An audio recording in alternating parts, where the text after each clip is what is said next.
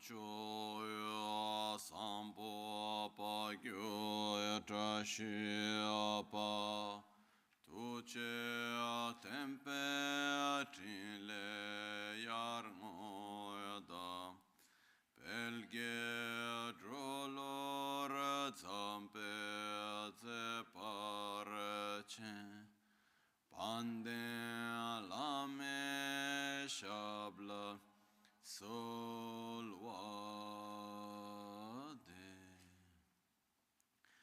Om Guru Vajradhara Suma Timo Nishasane Kar Utta Vardhanya Shri Bhadra Varsa Manya Sarva Siddhi Hum Om Guru Vajradhara Suma Timo Nishasane Kar Utta Vardhanya Shri Bhadra Varsa Manya Sarva Siddhi Hum Om Guru Vajradhara Suma Timo Nishasane Kar Utta Vardhanya Shri Bhadra Varsa Manya Sarva Siddhi Hum Om Guru Vajradhara Suma Timo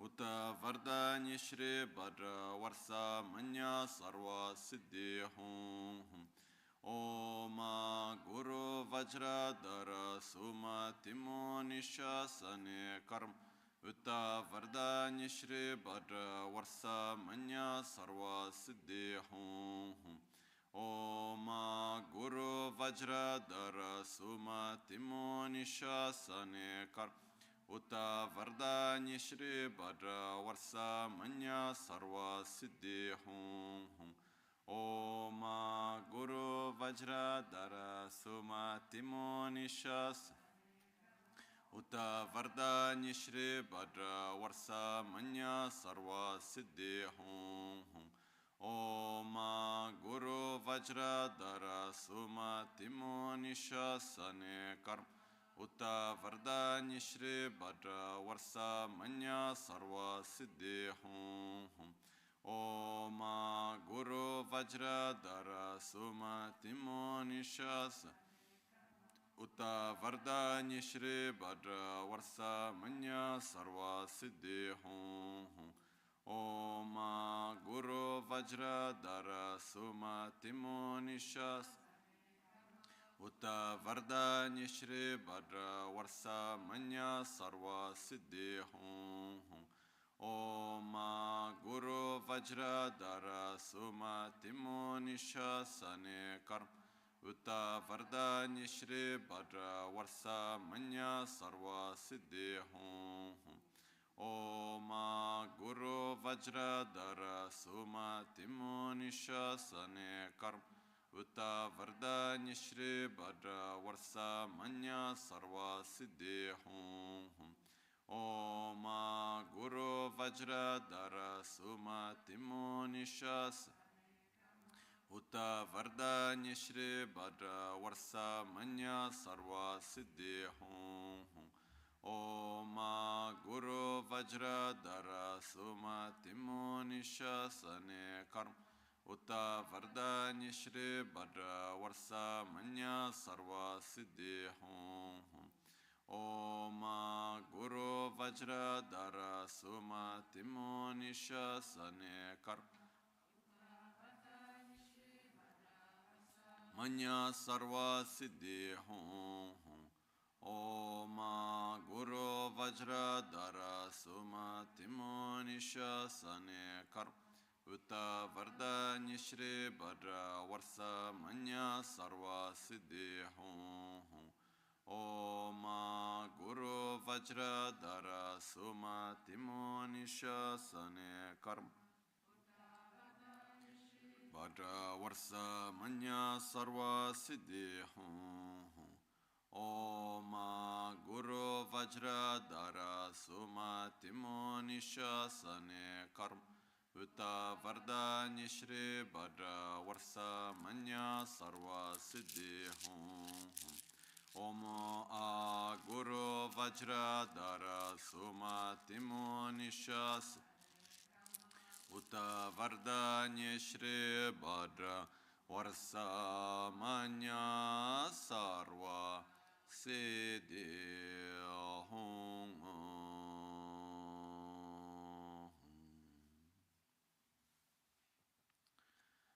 Dagi Jitsun Lama Tuje Che Nyamda Dala Tuje Sikso So Gebe Shesan Dala Tendo So Uyon Sunge Nawa Tsedo So Tsechi Ningne Solwa Debe Tse Dechen Korlo Visu Lekshione Yila Sambe Dede Malepa Geme Lungi Drubra Chingi Loba Tsoni Sodan Dikdun Shape Tse Dunge Namke Yinso Lekshione Lapchen Tsoni Yonso Tsopa Dan Chera Nyedun Chanra Chingi Lo Chancho Pargi Ninsen Tukuntu Niu Peme Sudro Lekshione Chancho Drube Gegen Kunshishi Tungen Dela Drubra Chingi Lobo Dagi Lona Chola Chokpa Dan Chomin Samjor Ngimba Shiv Chodan Tumbe Dudun Malupa Beme Lungi Drubra Chingi Lo Dorna Tengne Tserawa Tamche Dan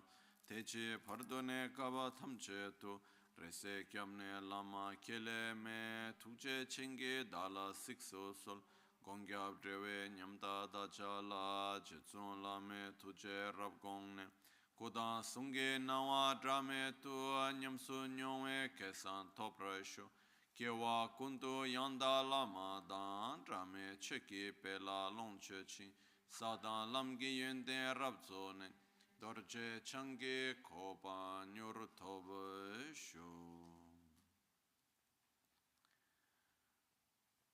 Pakyuke Kodan Dagi Olo Pakyuke Sundan Dagi Pakyuke Tudan Dagi Tön Yerme Chiktu Chingi Lo Makyuke Kodan Dagi Lo Makyuke Sundan Dagi Nga Makyuke Tukdan Dagi Ye Tön Yerme Chiktu Chingi Ye Lo Om Muni Muni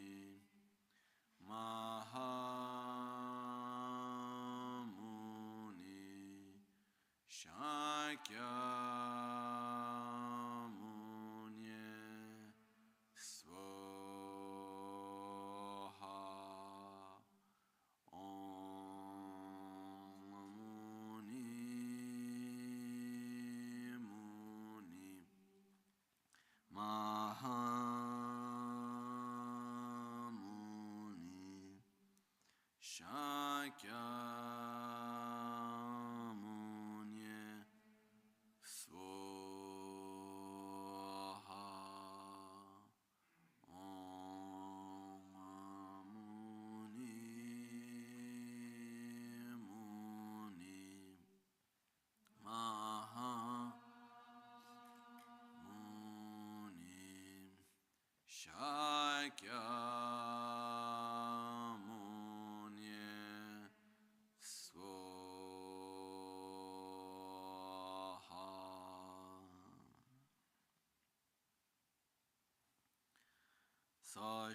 Sashipeki Choshiameto Tramare Rabalingashi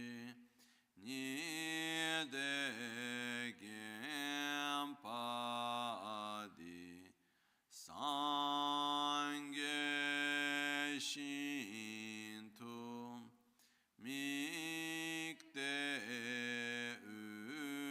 Ulwarki Drokunam Dashingla Chöpar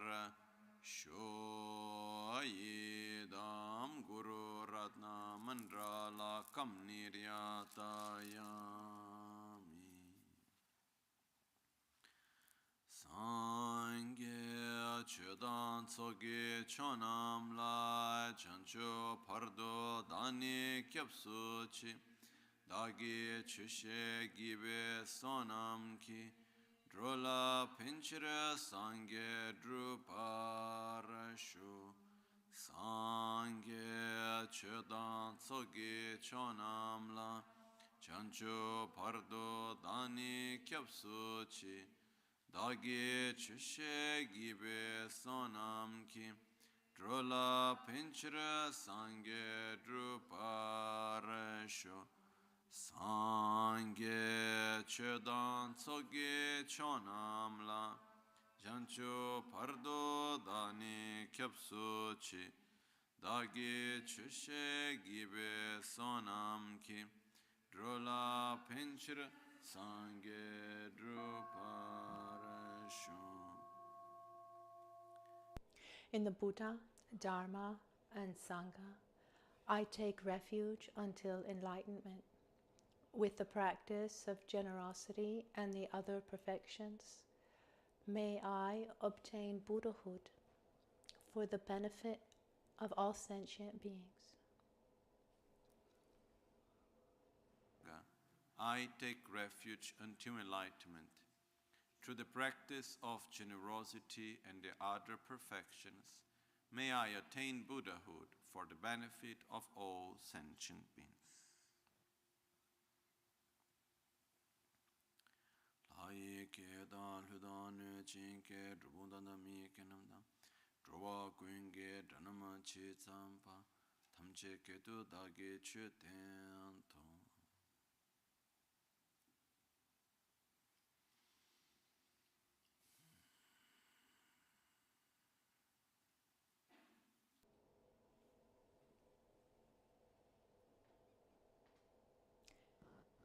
Good morning.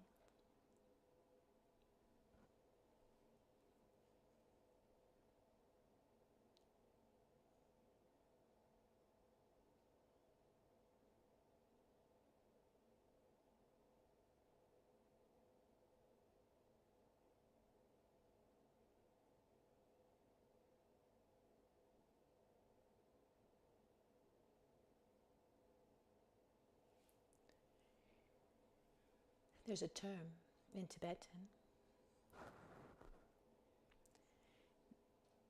It says kulun chupa. Kulun means motivation. Chupa means to shape. And often it's often translated as generating the motivation, but more than generate, it's giving form to, it's shaping motivation, the why we do what we do, shape to the desire that's behind it. And Chiba, I think it has a particular reason for being, because our mind needs to be shaped. Our motivation, our desires, they should be shaped.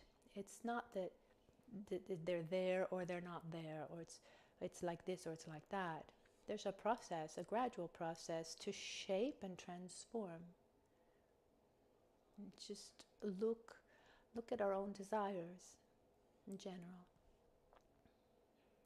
We live in a time where we believe very often to be independent, free in our own choices. We give a lot of importance to our own freedom. But if we look a little bit with more in detail, our choices, our desires, are they ours, or are they mostly conditioned and manipulated by someone else? I mean, by others. When I say someone else, by others, I mean, is it something that comes completely from us? I think our own desires, the there are none, in the sense that where normally we project our happiness, I mean, the things that we want, where we put our energy, most of the time we're conditioned by others, by the education we received, by the information around us, what we're told. So we are, let's say, manipulated by the worldview of our parents, by the education we received, by this, our friends around us, our acquaintances, the ones that we share our lives with, our husband, our wives, our girlfriend, our boyfriend, the ones we share important aspects of our lives with. We're also manipulated by information that we receive from news, the news that we read in the newspaper, or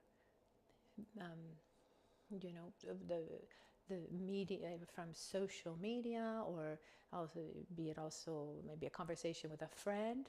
We're manipulated by religion, be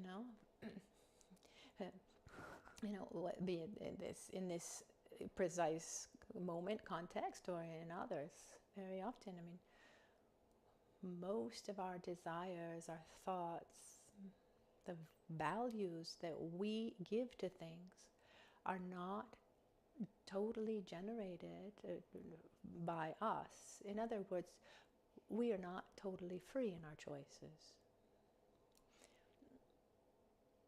There's some teachings say that there are various characteristics that make up a being, called in Tibetan Riki Gyuinten, Getob Gyunten, Chonte Gyunten, and Nyomtu Gyunten. There are four, and then we can also add a fifth. If the characteristics that we have, Lenki Gyunten, these are spontaneous characteristics, these aspects of our being that we bring from life to life. The deep conditionings of our being, our habits, these imprints that we bring from life to life. It's said that a person, like a person who lies a lot in their lifetime, when he is reborn, he has the predisposition to lie. Someone who meditates a lot, in his next life, from a very young age, will be it will be easy for him to meditate. If someone is loving and kind, in his next life will be loving and kind, and the same is true for someone who is very aggressive and violent. This surely among you, I mean, many of you have had more than one child, and when there's a small child, they have their own personality. It's not just a clean slate. What's your experience? They come with their personality, even if they're twins. It's not, oh no, there's something there. I mean, they come with something of their own. And also ourselves, I mean, sometimes I look at myself and I worry, because when I look at myself, and I think we can all do the same, I see that most of the characteristics that I have today, the traits that I had from childhood, and my worry is that when I see the ones, my positive, my qualities, of which I'm quite proud, I've had these since I was a child.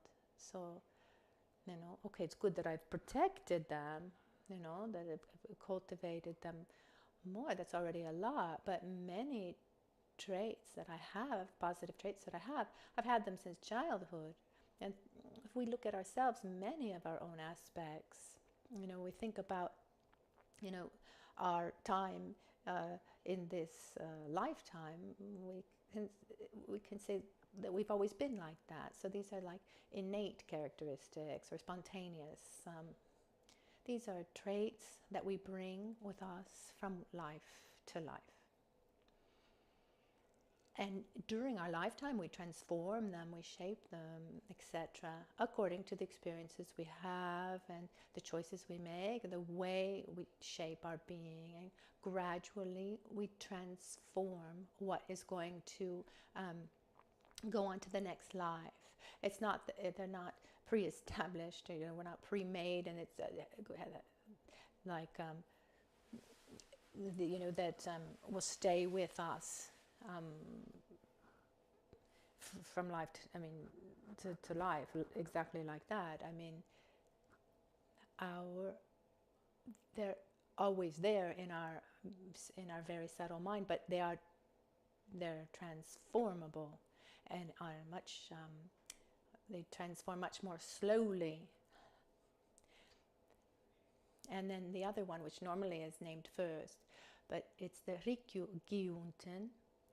These are traits, characteristics that come from our family lineage, from our genetics.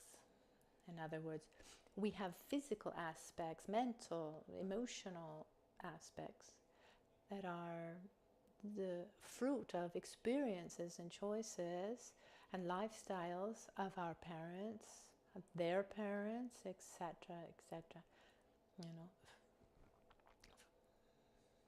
Even from a scientific point of view, some research shows that both humans and in many animal forms, fears and traumas, not all, but some, are handed down from generation to generation.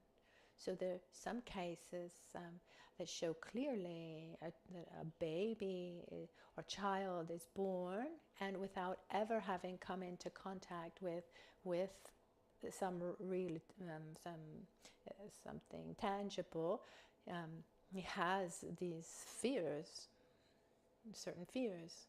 And we can see this. When we look at animals, we say it's instinct. The point is, though, there's some traits of ours that are handed down from our parents to us. And this has to do with an important aspect, the fact that body and mind are deeply connected. I think the body and mind are two manifestations of the same. There's the coarse body and there's the subtle body. They're both directly connected with our parents. In Bodhisattva Charavattara, it's said that this body, we think that it's our own. If someone says, this is not your body, you would think there's something wrong. Obviously, it's my body. Shantideva says, no, sorry, but this body is, from the ovum of your mother and sperm of your father that united, and you are borrowing it. It's actually it's the continuation of a part of your father's body and your mother's body, and we're somehow taking care of it, but it's not ours. It's not something that we have created.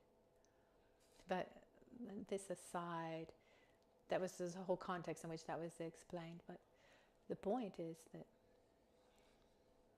there are traits traits of our body that are results of characteristics and traits of our parents, our grandparents, great-grandparents, etc. This physical state has a very strong correlation with our mental state. There's certain attitudes, mental attitudes and predispositions that are strongly linked with the body. In Tibetan Buddhism, it's explained that body and mind it's like the relationship between a blind horse and a rider,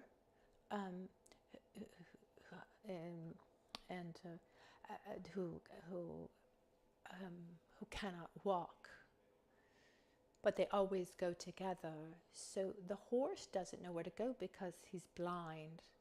Instead, the rider can't go anywhere without his horse. So the body doesn't take a direction without being guided, but the mind can't get where the body is not able to get. This reminds me of another aspect. Once a doctor, a friend, who talked to me about a book that I didn't read, she talked to me about it. It was a doctor who did the research on the effects of heart transplants, on the effects onto the patients. And this research, this doctor, in her research, she explained the personality of the person before the heart transplant and how he or she was after, and showed also the life of the person, of the donor. Normally the person who receives the organ doesn't know who the donor was, and she had access to this information, and she did this research. There are two very strong cases in this book. There are many, but I remember two. The first one was the lady who had the heart transplant. She was, let's say, a very well educated lady, and after the surgery, her children go to find her, and they hear someone yelling, from the corridor. They could hear this lady yelling and saying bad words, and they were thinking, who's this really rude lady? And instead it was their mother. And so after heart transplant, her personality changed. She was much more lively, and she wasn't able really to control her speech. And the doctor went to look at who the donor was without getting into stereotypes, but it was a prostitute who had a very, very similar personality. The other story that's even stronger was a baby, a child, I think 6 years old, who had a heart transplant.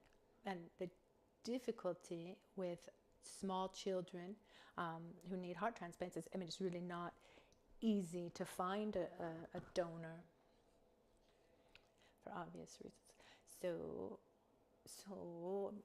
reasons. There's a donor, a child dies who's able to give the heart, and when the one who receives the heart starts to have dreams, almost as if they were visions of very violent things. Someone who would come and was attacking her. The mother told the doctor about these nightmares that the child was having, and then the doctor, knowing the story behind it, talks to the police, and and we're actually able, thanks to the memories, let's say, of the child and these nightmares, they were able to find the killer of the other child who died. What happens is the mind on a gross level, coarse level, is very connected to the coarse body. I imagine it like this. Imagine we have a horse. When I was a child, I went horseback riding often, like 2.5 to 11 years old, more or less. And I remember there are paths, and when you take the same path, the horse naturally just follows that path, takes that path. When we repeat often certain thoughts or emotions, or have strong emotions, it's almost as if we are marking our own organs. The body is not just our brain. Every part of our body is connected to our mind. The heart is one of the most important part of the mind. Okay. In the Buddhist vision, the very subtle mind is in the heart. It resides in the heart. What happens is, it's almost as if there some kind of ways that are marked, and then one naturally takes those paths. So when you have any kind of transplant, of your kidneys or your liver, there's a part of the personality, there are aspects of the donor that somehow get incorporated into the person who receives the organ. I don't think that the person who receives an organ doesn't stay the same. There's something that is different. I don't know exactly. I haven't had a direct experience myself, but I imagine it's like this. Even similarly, all of this to say that our body has an enormous influence also on our way of thinking and acting, being. And this also from the point of view from looking to our parents, our grandparents. So this genetic component, the familial lineage, Riki Gyunten, is important in our own reality. So we have the aspects that are innate or spontaneous, that we bring from life to life. We have traits that are genetic. And then we have Janto Gyunten are traits that come from our knowledge, from what we've learned, from the information that we've acquired along our lifetime.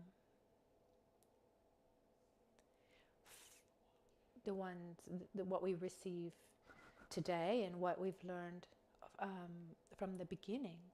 So a strong part of our being is strongly influenced by the information that we've received and our experiences. And the fourth trait are the experiences that Nyonto Gyunten. These are the experiences we've actually lived. We have innate traits from life to life. We have our body that's genetic. We have also the information that we've received, so education, our social cultural situation, the information we've received, and then we have the experiences that we've lived. We find ourselves in a situation, we experience it in a certain way, and that's going to shape our view and our personality. So our experiences and our knowledge, our body, our imprints, all together.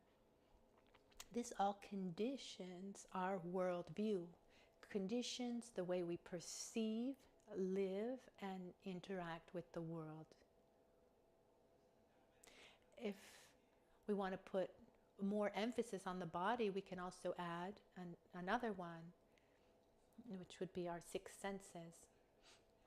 Because we perceive reality through our six senses. I talked about this some time ago when I was reflected with more clarity, because, for example, if we see the color of my sen, of my robes, what color is it? Is it Bordeaux? Is it red? Do we agree? Why? Why is it red? Why is it Bordeaux?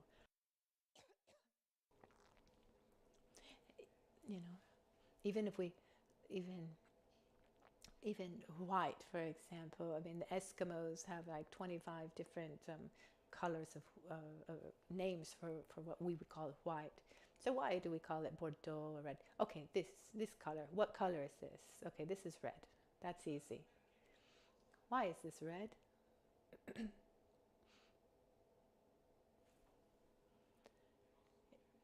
Is it red because it's red, or is it red because we imagine red? It's red because it's red. There's not much to say about it. Anyone who sees it,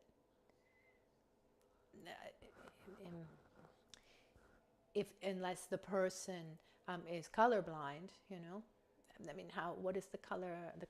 It's red. They see it as red. Some time ago, I was talking with Sylvia, this veterinarian.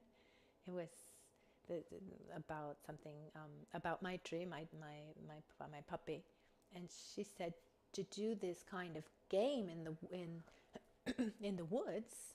For you, it works well because the dog sees the red,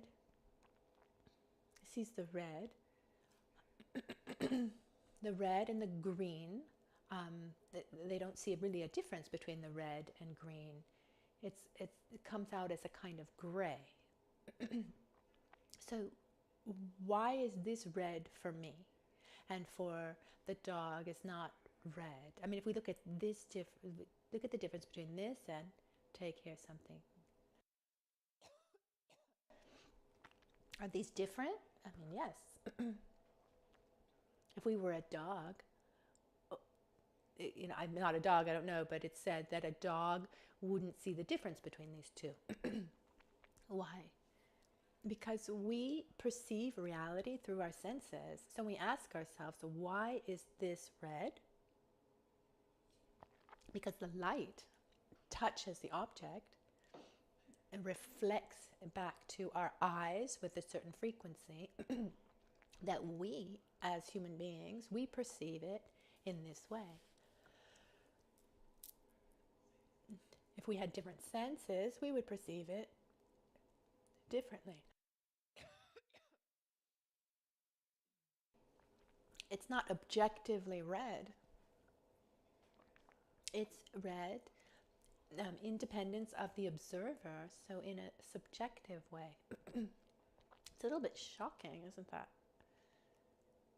Understand that even colors that we just take for granted, we perceive them through our senses. It's just, our tendency is that if I see and I perceive reality in a certain way, according to me, that's the reality. I'm not an ant. I don't know if the ant sees colors or sees it all. I mean, any other animal. How does another animal see this color? I imagine it would be different. Some time ago, I read that the light spectrum, the one that all the different frequencies of light that are known. I mean, we as human beings, we can see just a minimum part of it, and other forms of lives can see other parts of this light spectrum. There are certain waves that, we call them radio waves that other animals can see. I mean, bees, for example, have a much greater perception than we do. How they know that bees can see, I don't know, but this is what we're told. What I mean by all of this is that we perceive reality through our senses. So we're conditioned when we find ourselves in front of something. We started with this, we started the conversation, the subject with, are we here? Are we conditioned, or are we free? We're conditioned by our parents. We're conditioned by genetics. We're conditioned by the choices in our previous life. We're conditioned by the the knowledge that we've received, we're conditioned by the experiences that we have lived and by our body, our physical state, our senses, our hormones, etc. We're influenced by our body. And when we find ourselves in front of a situation where we need to react, or we need to judge or make a decision,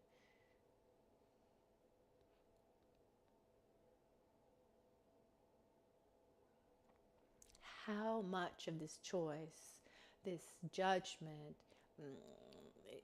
that I can just, how much of it can I just choose as I want, and how much of it is conditioned by all those other aspects. And here we haven't even inserted karma. All the choices that we've made up until this point, all the actions that we have previously taken. So with all of this, what I mean to say is that the level of freedom that we have is very, very low. Once said to me many, many years ago, Professor Zeferino is a very, very good astrologer in Brazil that I need to thank. I mean, through the interdependence of things, if I was born from these two parents, it was also thanks to him, without getting into the whole story of how my parents met. But the one who was in the middle of this was this professor. Now I'm just going to now I'm just going to open this door. Sometimes otherwise it just stays there. This Professor Zeferino, he was quite special, particular. My father was living a difficult time of her life. She went to this astrologer. She was told he was very, very good, and he said to her, just make a list of all the characteristics you'd like to the characteristics you'd like in a man, and on this day you will meet him. And she said, she was like 25 years old, and she said, okay, let's have fun with this. And she started writing out her list of all the characteristics that she wanted. She also kind of, it's a game, and she even wrote, I want him to be physically like this. I want him to speak German, because she spoke German. Wanted him to be economically stable, but with an open mind to alternative things. It's not that she started going around looking. That day came, and she needed to go to the mountains, to her grandmother's house, and at the end of the day, she said, oh, okay, well, this was a good game. It made me just distract me a little bit. But in the car driving up there was my father, and then she started asking him questions that were from her list. My father was an engineer. He worked in one of he worked in the most important company in Brazil at the time. He spoke German perfectly. He did yoga and studied dance. I mean, so they meet, and some time goes by, and so it was a long weekend. I don't know how long it was, but just a short time after, or some time after, she comes back to the astrologer, and he says, yes, I found this person. I met this person. And he said to her, you're pregnant. And she said, no. And he said, instead, yes. And my father, she went to my father to say, she said, I am pregnant. I said, what do you mean you're pregnant? We really just met. And then, did you do a test? He said, no, the astrologer told me. And he said, okay, then forget it. But then it was actually true. But then the astrologer said, this child will be of great benefit. You absolutely need to keep him. So after 3 months, of meeting, they got married because she was pregnant with me. So this astrologer somehow created the conditions. And one day I went to find him. I was about 13 years old, not older. 13, 14 years old, more or less that age. And he said something to me that really stayed, that touched me. He said, our freedom is like a goat, or I think he said goat or sheep. No, goat that tied up to a gate, and the only difference is how long that rope is for each person. And I think he was wrong. I don't think it's 100. I don't think it's 180 degrees. I think it's maybe 1 degree, our freedom. And he was showing how we're influenced by aspects that we're not even aware of. What we see with astrology, for example, these are influences that exist. It's not the moment to get into astrology, but we're influenced by so many aspects. And what's the point? In this 1% of freedom that we have, that's the freedom of I do or I don't do, I say or I don't say, I go or I don't go. And within our worldview, within our experiences of everything that we are, we have that very, very small space of freedom, of freedom of choice. But that half degree, when you add it to every action that we do, if we're always making the choice in the same direction, gradually we make enormous changes. Even because if I take a half degree and I see after a long distance, we create an enormous change in that we have freedom, but we're strongly conditioned by everything that we grew up with, etc. This is also one of the aspects for which, entering into the path that Buddha transmitted is not easy, because the path that Buddha transmitted, that we're trying to get into, we're trying to understand, is really against the current. It goes against the direction that our parents probably,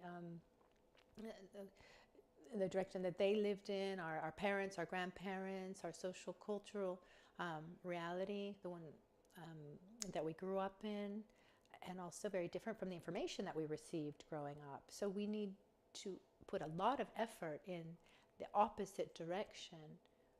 The opposite direction, also opposite our habits. Why is it a training? It's because from looking at our imprints, we're used to going in a different direction. Genetically speaking, and the education we've received, the experience as well. Experiences don't have much to do with this, but the most of the influence that we've had take us to a spiritual view. Does it take us all of these, all this influence? Does it take us to believing in into a materialistic utopia, or into a vision where we need to transform our mind to live to live reality differently? No, the first one. We grew up with Walt Disney, where they lived happily ever after. Yeah, so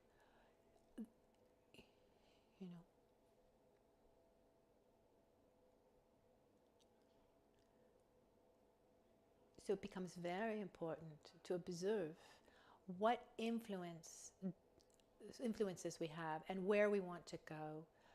It's a path that we need to repeat and go back to, because we're choosing to go in a direction that is not the one we are used to, and it goes against everything that we're used to. and that we've known. Mm-hmm. Okay.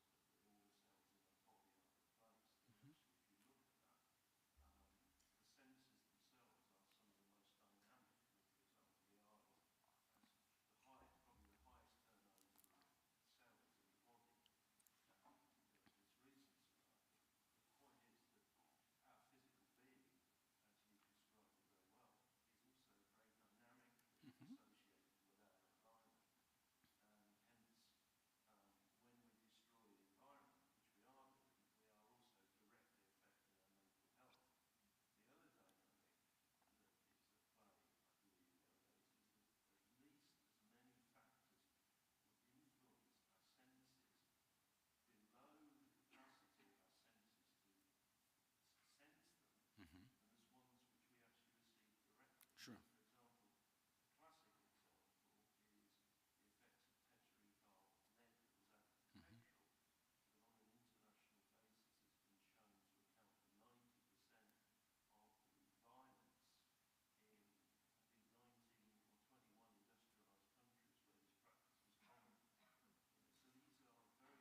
Yes, yes.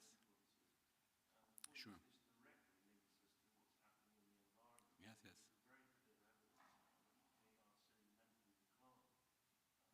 Clear.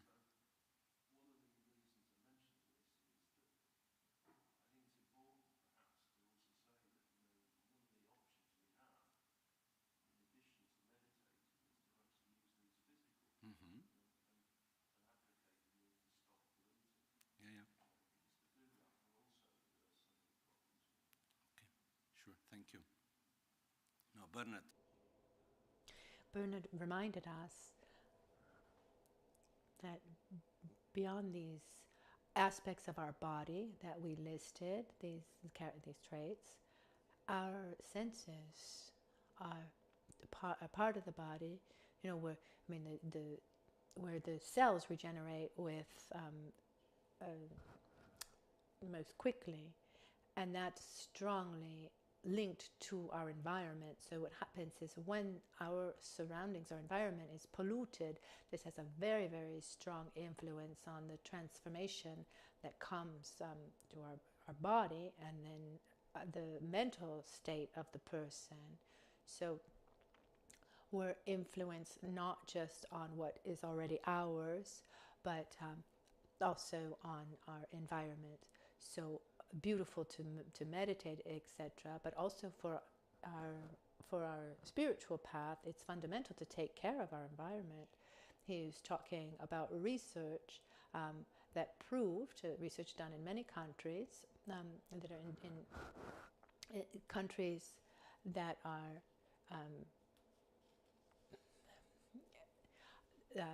the countries that are industrialized countries where they were using lead, that things, pollutants that were not visible but were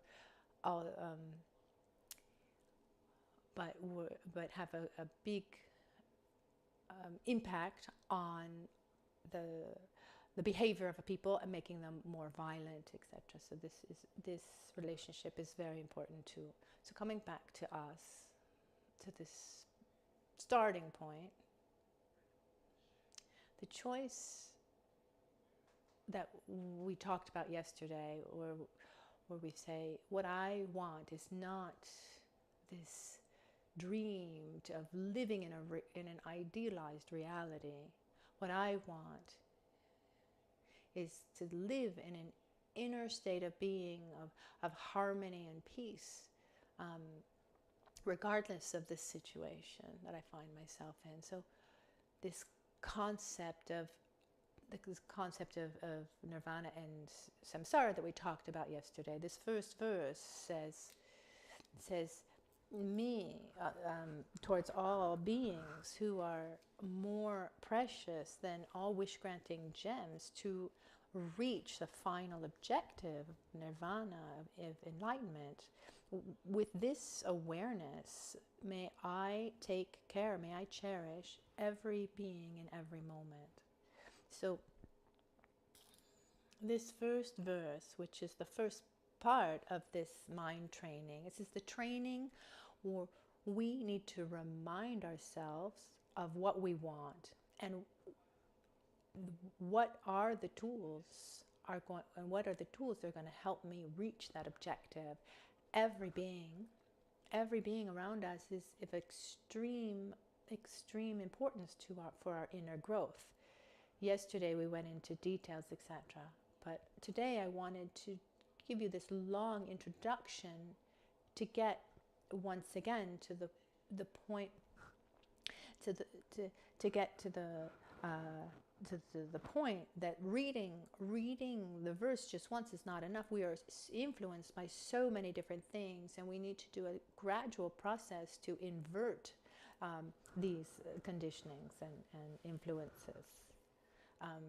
This is one reason why there are practices in the Vajrayana tradition, the so-called Tantra. In Vajrayana term is a better term, because Tantra also would refer to Hindu practices. Let's just give a very short summary between the Vajrayana or secret mantra or Tantra and the Sutra teachings. In the system of Sutra,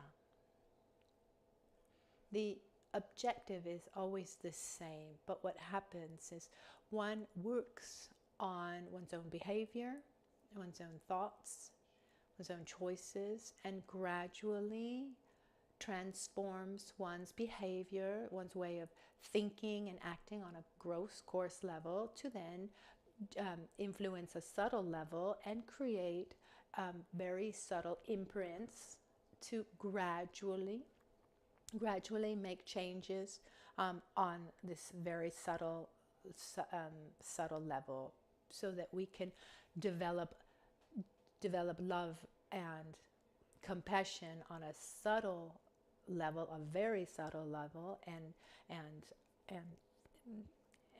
get rid of our anger on a very subtle level, not on a conceptual level. But this is our objective. I mean, how much time would we need? I mean, Buddha talked about 3 eons to do this. 1 eon, it's so much time. Just let it go. I mean, Buddha talked about himself, about 500 lives as a human being and 500 lives as an animal. So it's a very, very previous lives. This is a very long process. But he taught us also the Vajrayana path. What's the difference? Our mind has this characteristic that's very particular, that once the coarse mind loses force, because it concedes, the subtle mind is more evident, more. It's not that before it wasn't there, but it I don't know if that's the right term to use, but it becomes self-evident. I mean, it can see itself. And in this present moment, this gross mind, when it's totally present, the subtle mind is not perceivable. It's like a loud noise, and so we can't hear the softer sounds because there's this loud noise. And when that very loud noise stops, gradually the softer sounds become clear. And so what happens is, when the gross mind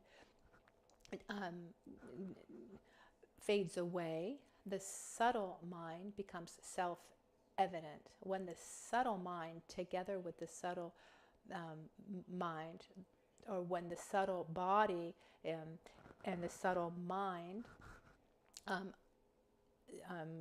fade away, or not, they don't sustain themselves anymore, then the very subtle body and the very subtle mind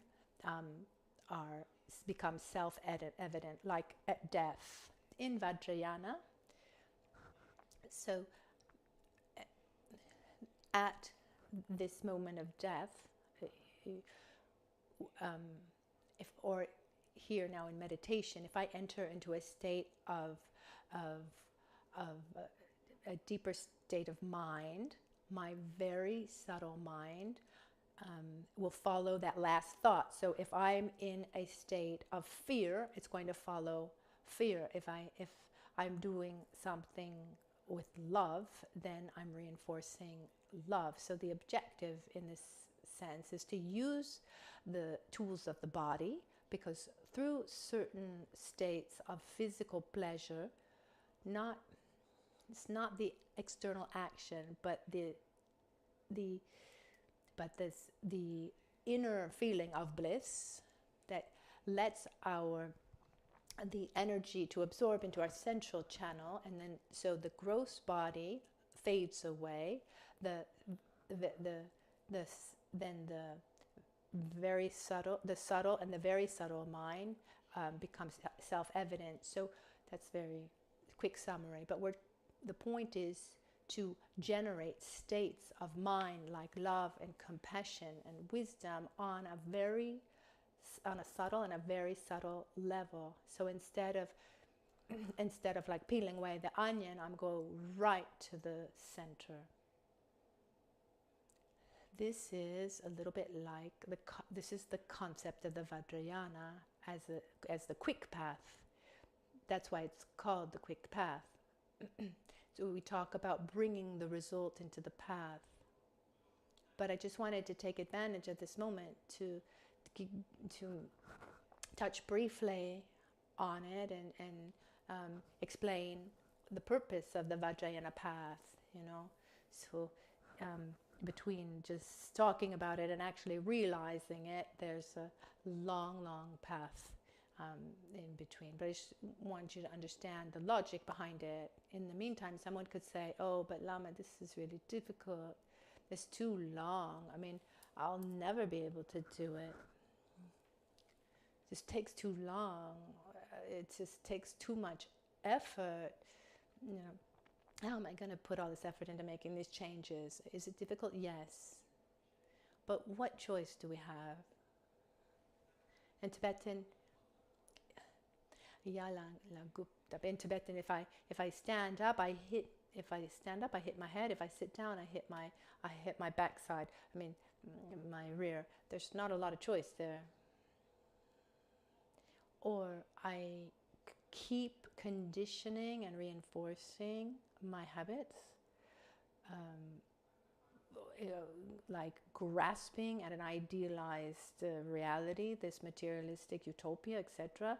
And I keep reinforcing this, or I try to create an opposite attitude. I don't have the choice of not reinforcing one habit or another, one conditioning or another. Every thought, every action reinforces a habit and a conditioning. Is that clear? So even if the path is long, fine. But what's important to understand is we need to walk in a good direction. Even if there's a lot to walk, we shouldn't worry about how long the path is. We should worry about this and worry that each step is in the right direction. And this makes an enormous difference. Is that clear? So the first verse takes us to this first training, if we want to call it, the first part of the training, which is familiarizing ourselves in the clarity of our own objective. What do I want? Do I want an idealized reality where the world is the way it should be, according to me, and I believe in this illusion? My objective is simply to obtain objects of desire, avoid objects of aversion, and hold on to my objects of attachment. And I want this objective in this life and in the future, in my future lives. Or is my objective to reach a state of balance, of harmony, of wisdom and love, and from inside that allows me to be at peace with myself and others, regardless of the situation I find myself in? In other words, do I want the world to be different, that the world, the way I want it to be, or do I want to relate to the world in a harmonious way? Which of the two do I want? This is the first part. Maybe we could say, oh, I wish that the world is, I wish the world would be the way I want, but I realize that that's not possible, so I just give up and I try to work on myself, because there is in this process a strong feeling of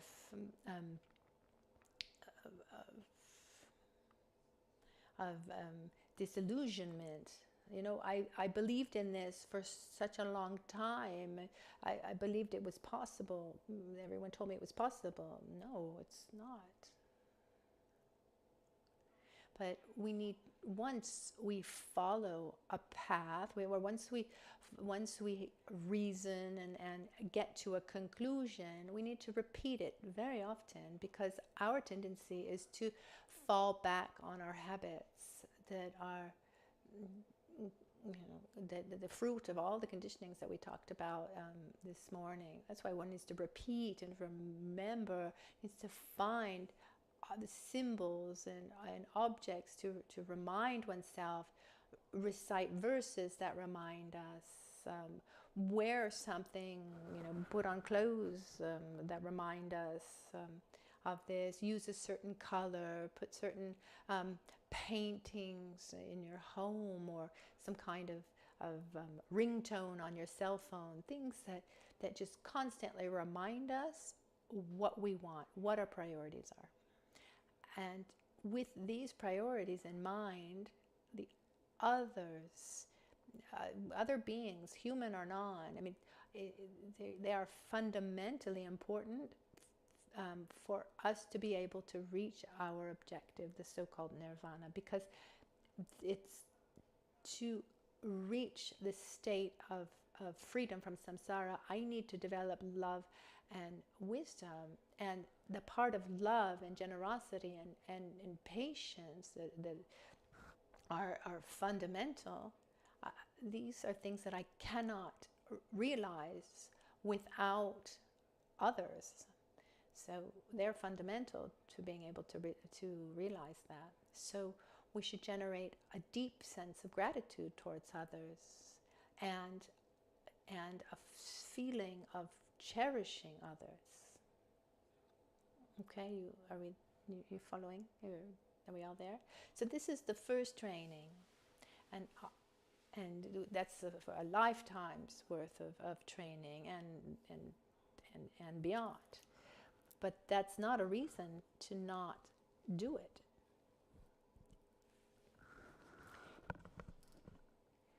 You know, it's not easy. We're swimming against the current. I think about a river, with a river coming strongly down, you know, with big rocks. So I can either try to get up this river against the current, you know,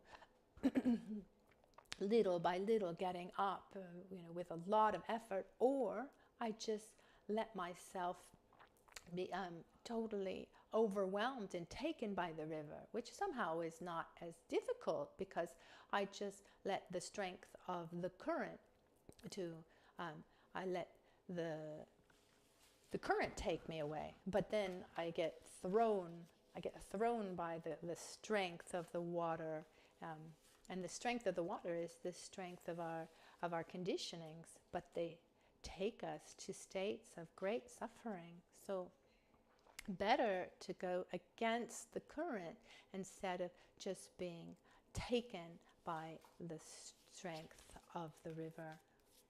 That's the first verse. Let's go to the second verse. Sudan drokpetse Dani kun le menta shin. Shen la samba takpai chok tu chebra zimbra shon. Leggiamo prima la. Let's read the translation and then we'll go back to it. Whenever I come into anyone's company, may I regard myself less than everyone else, and from the depths of my heart value others more highly than I do myself.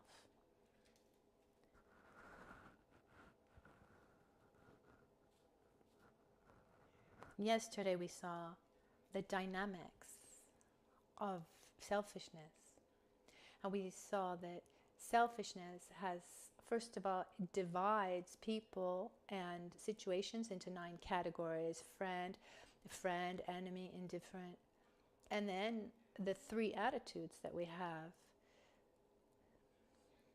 He who has more, I'm envious. He is the same, I feel competition. And he who has less, I feel arrogant. The tendency of selfishness is wanting to be above the other, somehow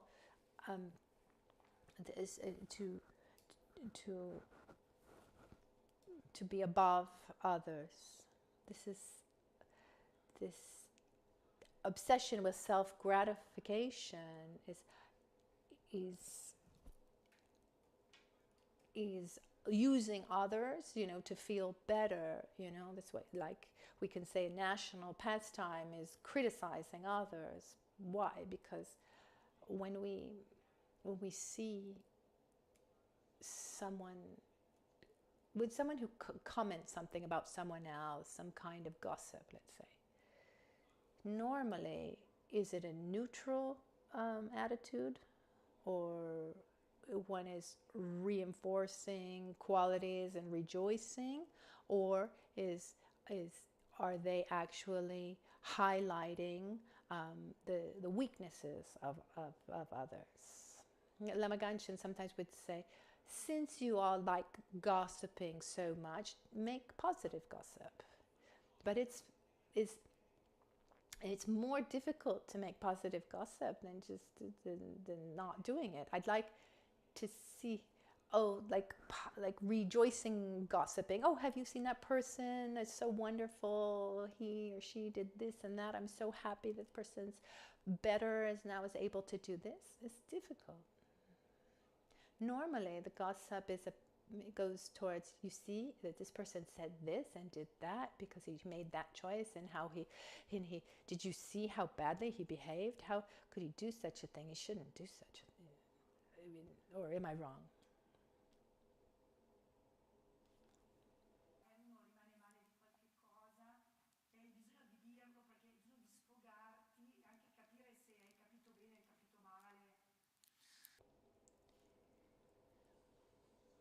There are many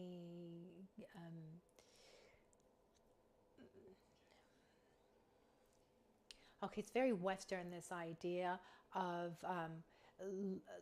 letting it out. Let's say, I don't know if our parents, our grandparents and great-grandparents had this idea of needing to let it out. I mean, I've never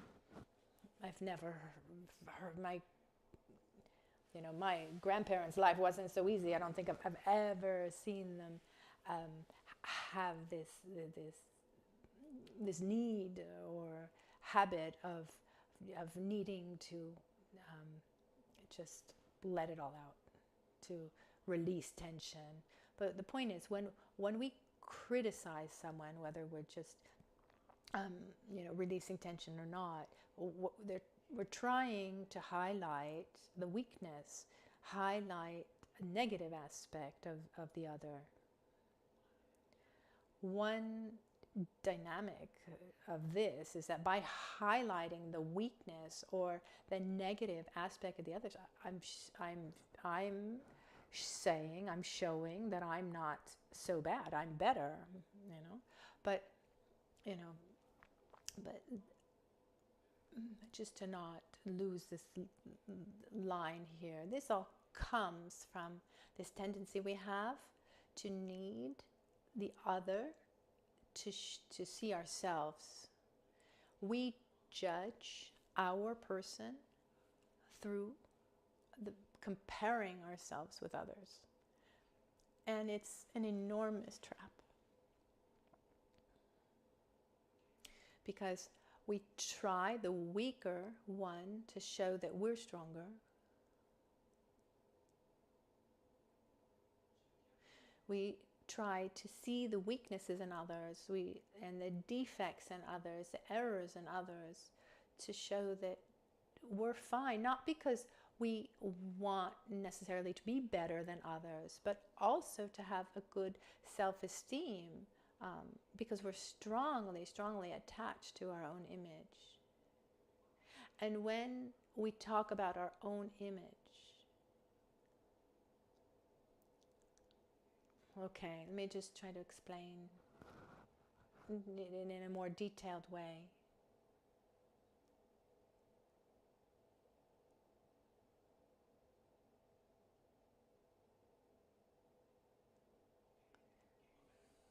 Like what is this object I have here?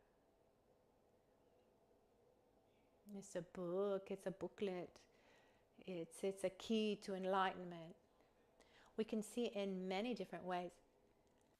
Però chiamiamo libretto. Let's call it a booklet with a different text of Lojong. What happens is that for me this is a sacred object. It's inestimable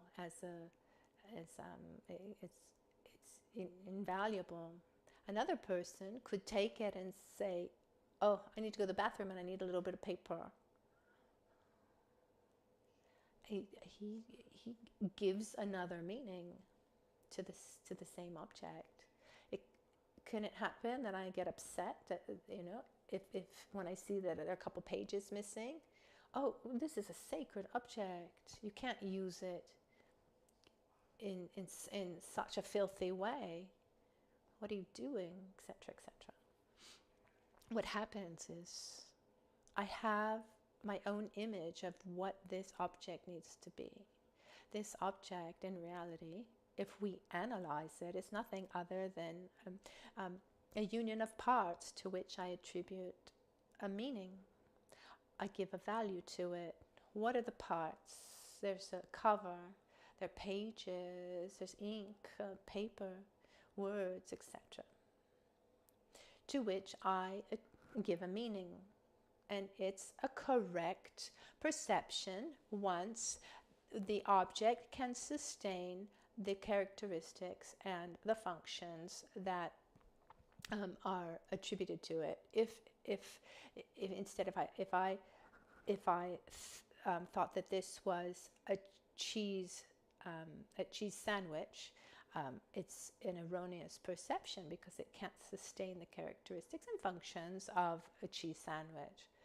But what we said before, can it be a key to enlightenment? Yes. Can it be useful to someone who needs to go to the toilet? Not great, but yes. In an extreme need, I hope not, because I have this idea of it existing. I have an intrinsic view. If that were to happen, it would move something a little bit inside. But regardless, this object here is nothing more or less than a union of parts to which a meaning is attributed. When I give a name to it, a meaning to it, I have this tendency to want to, and to expect, more than one, I expect that others also give that same meaning to it. Isn't that right? And the more I see that the more I see that the others are giving the same meaning, then the more relaxed I feel, because I see that my reality corresponds to the one that the others see as well. And so if I say that this is a sacred object, and others say no, it's a diabolical. No, instead I'm going to look for people that help me reinforce my view, and look to other people who say you have the right, you have the right idea. Instead, this book is a concept of it's a union of parts. It's a concept given to a union of parts. What am I? What am I, Lama Michel, and each one of you? I am nothing more or less than a name, an idea, a concept attributed to a union of parts, body and mind. I have an idealized image of myself, and I look constantly confirmation in the world around me. So that idea I have of myself, I look for confirmation of that image I have of myself. In the same way that I say this is a book, and I want confirmation that it is in fact a book. If I say it's a holy book, it's precious, it's important, etc., I want confirmation, so I'm going to look for situations and people who confirm my view, because it appears to me as a book that appears intrinsically, and I have an image of myself. I am like this and like that. I look to deal with others so that identity of myself that I have is confirmed. The image that we have of ourselves, this idealized image, is a little bit more complex than the idea of a booklet, because we have the idealized image of ourselves, the idealized image of our parents and friends and others have projected onto us. So there's what I would like to be, there's what I think I am, what I should have been to others, and then maybe according to others I didn't manage to, what I'd like to be tomorrow. We mix so many things up. So this identity that we have of ourselves is not that easy. But we have this tendency that to reinforce and say that this identity is correct and solid. We look for confirmation in the world around us, in situations, in people, etc. And so what we do is we compare ourselves to others, and we also look for confirmation, compliments, and people say you're like this, you're like that. What's the feeling when someone says something to us that confirms this idealized image that we have of ourselves? We feel good, don't we? And what happens when someone instead says the opposite of what we think we are, that we'd like to be? Or when someone says something that they say, or they say something that we know is not true, but our idealized image of ourselves, we wish it were true. I mean, that hurts too. So here the point is to develop altruism, we need to stop comparing ourselves to others. And gradually, I mean, it's not something immediate, we need to generate an identity that doesn't exist on the basis of comparing ourselves to others. I'm not better because you're worse off, and I'm not worse off because you're better off. So I don't use the others as a tool to see myself. I don't compare myself to others. Each one is on his own path. Each one is following his path, and I use the experiences that I live as a mirror. And these come in the following verses. But here the point is, I should not depend on characteristics of others to see myself. This is difficult, obviously. One key point here is that instead of judging someone, we should try judge actions of body, speech, and mind. An example, a very simple example of this would be, what determines a person, what makes a person a liar? Have you ever told someone that they were a liar? Have you ever thought that a person was a liar? What makes someone a liar? Because they said one lie? A person who tells one lie, does that make him a liar? If one repeats the lie twice, at what point is someone a liar? After 365 lies, then you're a liar. If you tell any less than that number, then you're not a liar.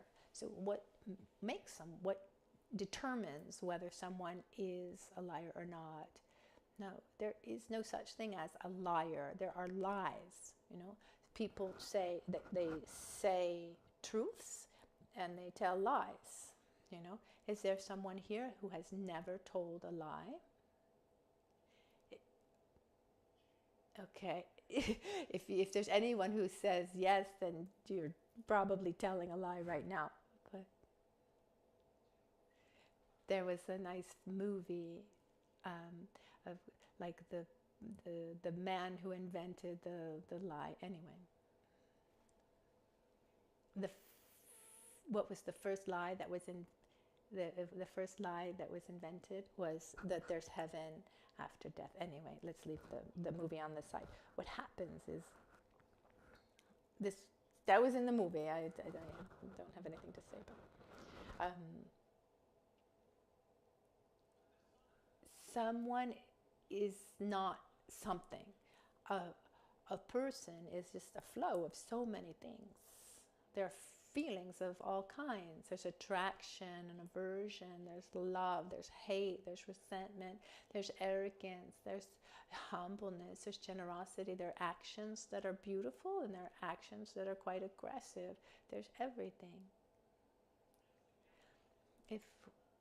If we look at ourselves, our own mood, and the actions that we do, is it a stable line or is it a kind of a roller coaster, up and down, and then up being virtuous actions, and then the ones down could be the more aggressive actions? Are we always stable?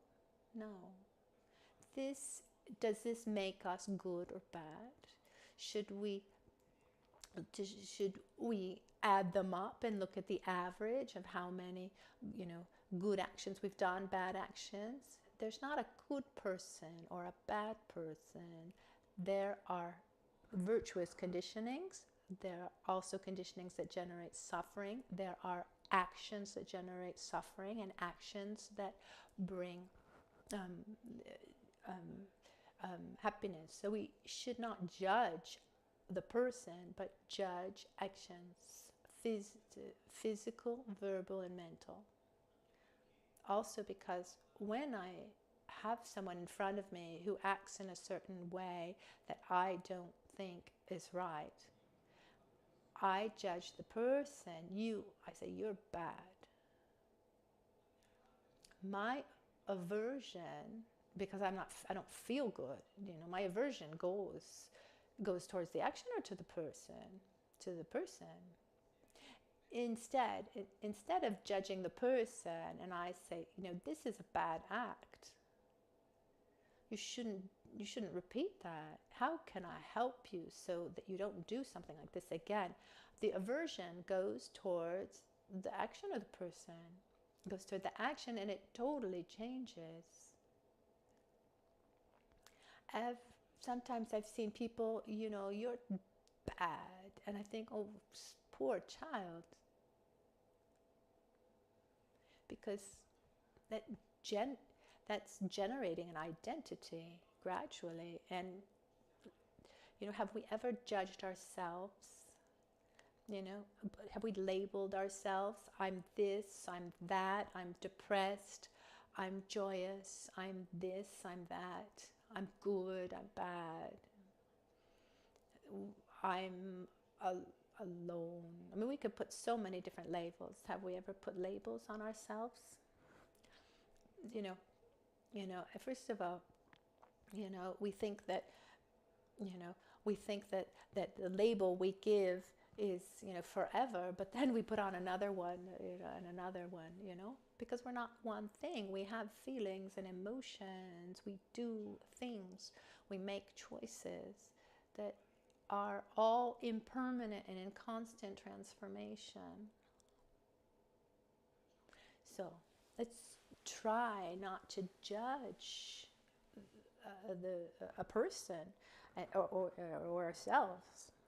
And to start this with this second verse, one part of the training, I think, is to change how we use our speech. Don't say anymore he or she is. This is prohibited. It's prohibited to say I am. You can say he or she did or said or acted or did this action. According to me, it's not right. We talk about thoughts. We talk about the words used. We talk about the actions of body, speech, and mind. And towards myself, I am not. I had this attitude. I had this thought. I had this conditioning. I don't.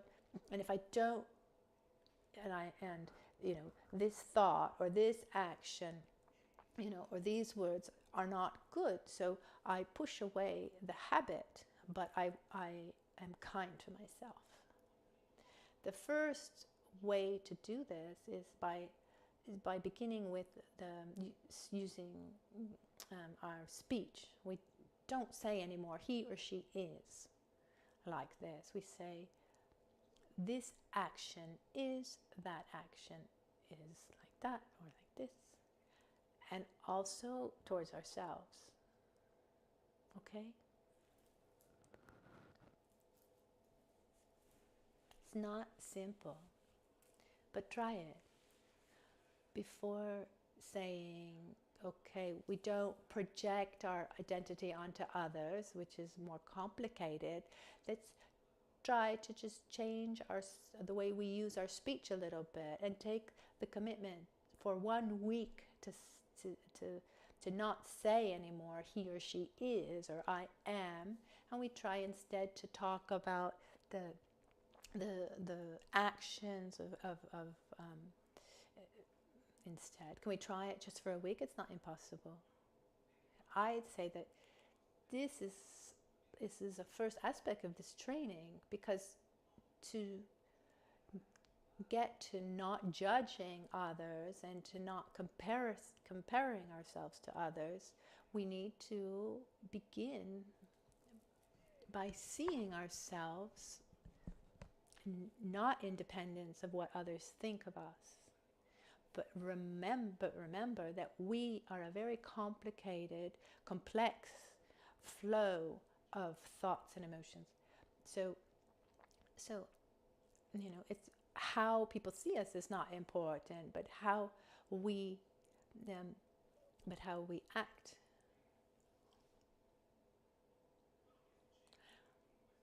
What happens is that here in this verse, Geshe Rinpoche,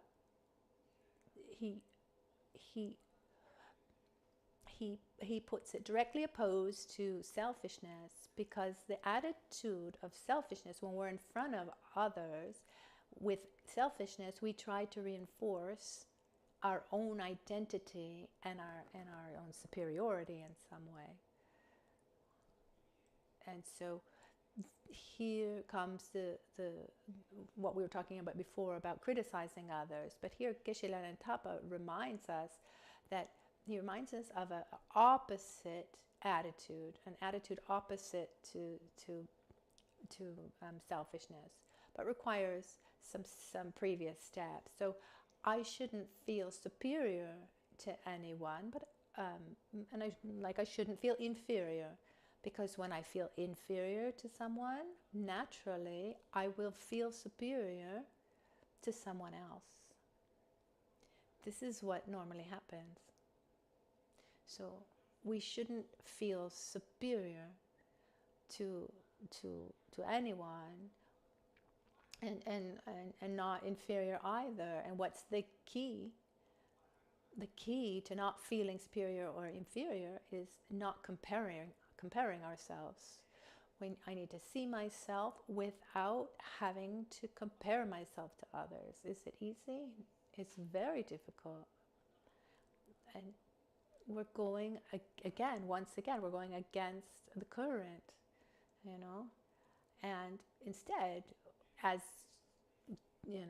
since forever, we're just used to how others see us, and we're constantly comparing ourselves to others, how this person acts, how much they receive, and all the compliments we receive, etc.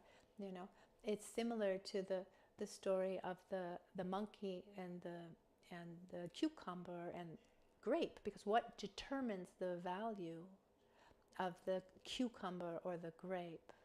This example of the value of the cucumber. In the first part of the experiment, the monkey received a piece of cucumber and was very, very happy. When he sees that the other monkey gets a grape for the same task, he's very upset. And he doesn't want the cucumber anymore. He throws it down, gets very angry.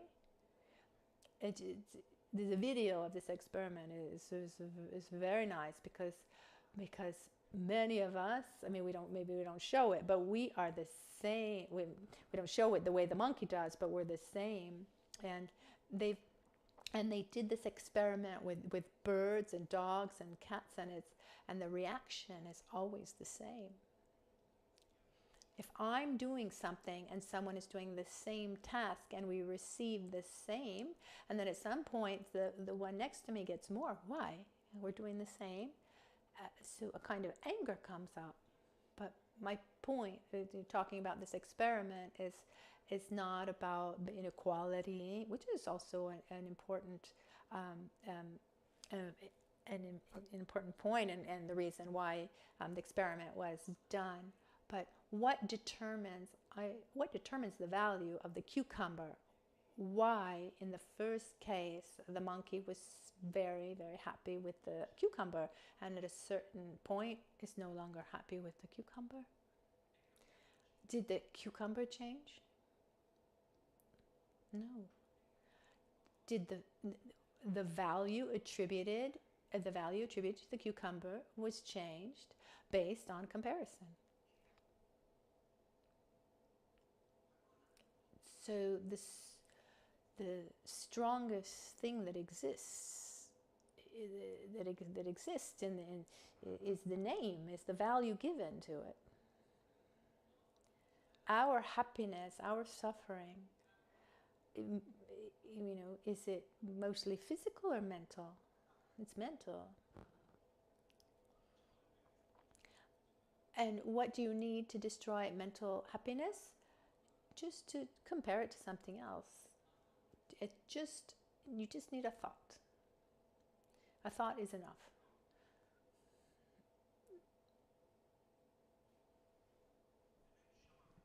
If we're able to see that what determines the value and how happy one is or not with an object, in this case the cucumber, and that it's not an intrinsic quality, but that exists on attributing a name based on a comparison. Are we different? I mean, I'm very happy with something at a certain point. I see someone who has more than me. I'm not content with what I have anymore. I feel happy, I'm proud of myself, and then I see someone who does better than me. I feel inferior, and so I need to then work harder and do more. I feel, okay, I'm not so good, I'm not doing so well. Then I see someone worse off than me, has less than me, then I feel relieved.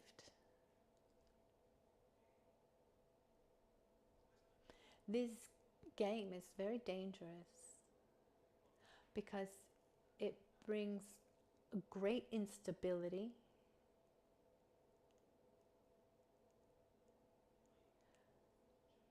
and we don't realize it. We don't realize that it's the value that we've attributed to it. We think it's objective. I am inferior, I am superior, I am this or that. We look at it as it being objective, when in reality it's not like that. So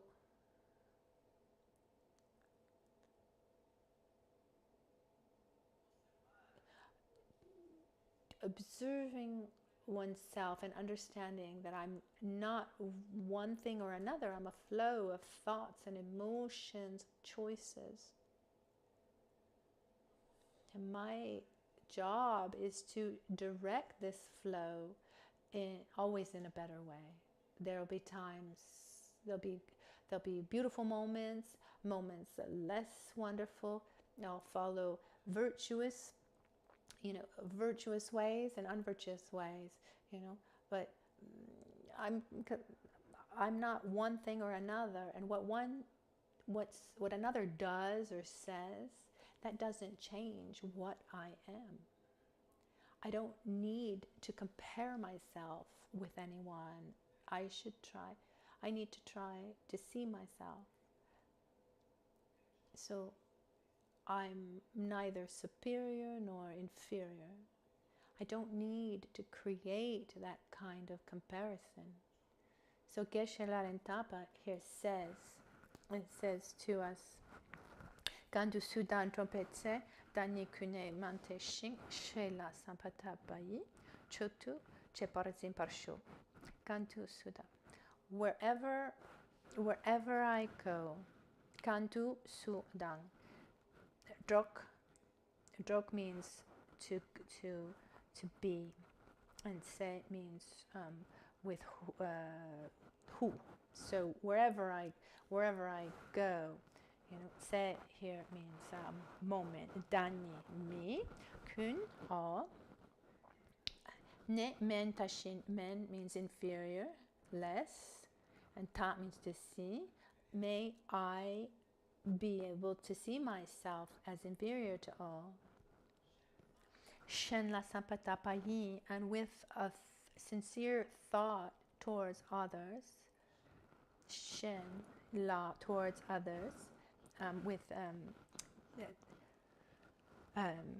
a sincere mind.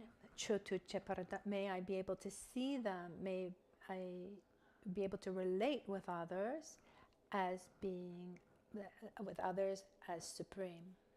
If we take this verse literally, then we would say, okay, wherever I am, I need to see myself as inferior.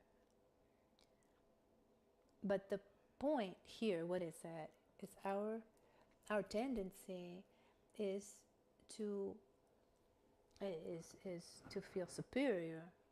So this first step is to let go of this feeling of superiority, but the key is to not compare ourselves to others. So we see ourselves as inferior. Menpa means we can translate it as inferior, but as I see this verse, is that I'm inferior to others not because I'm less intelligent, I have less, I am less than others, but that I am at the service of others. Because our tendency with selfishness and is that we're the same. You know, this is modern selfishness, modern egotistical mind. We have this fixation on equanimity, when instead we're all different on so many aspects. But that's a whole nother subject. Anyway.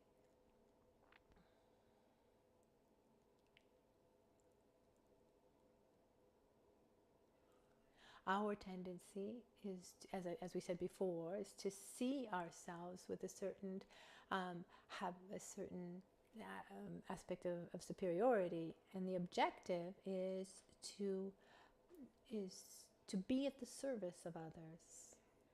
And to be at the service of others somehow means to be under others, not related to your identity that I am inferior, but my existence, I am at your service. I don't know if this difference is clear. So your life is important to me. Your needs are important to me. It's like saying, like a mother, you know, puts herself somehow under her children. The priorities of the children are often more important than her own personal priorities. So she's not inferior to her children, but she puts herself under somehow her children. So I don't put myself above others. My needs are not more important than others. I'm not going to compete with others. I put myself under. I put myself at the service of others.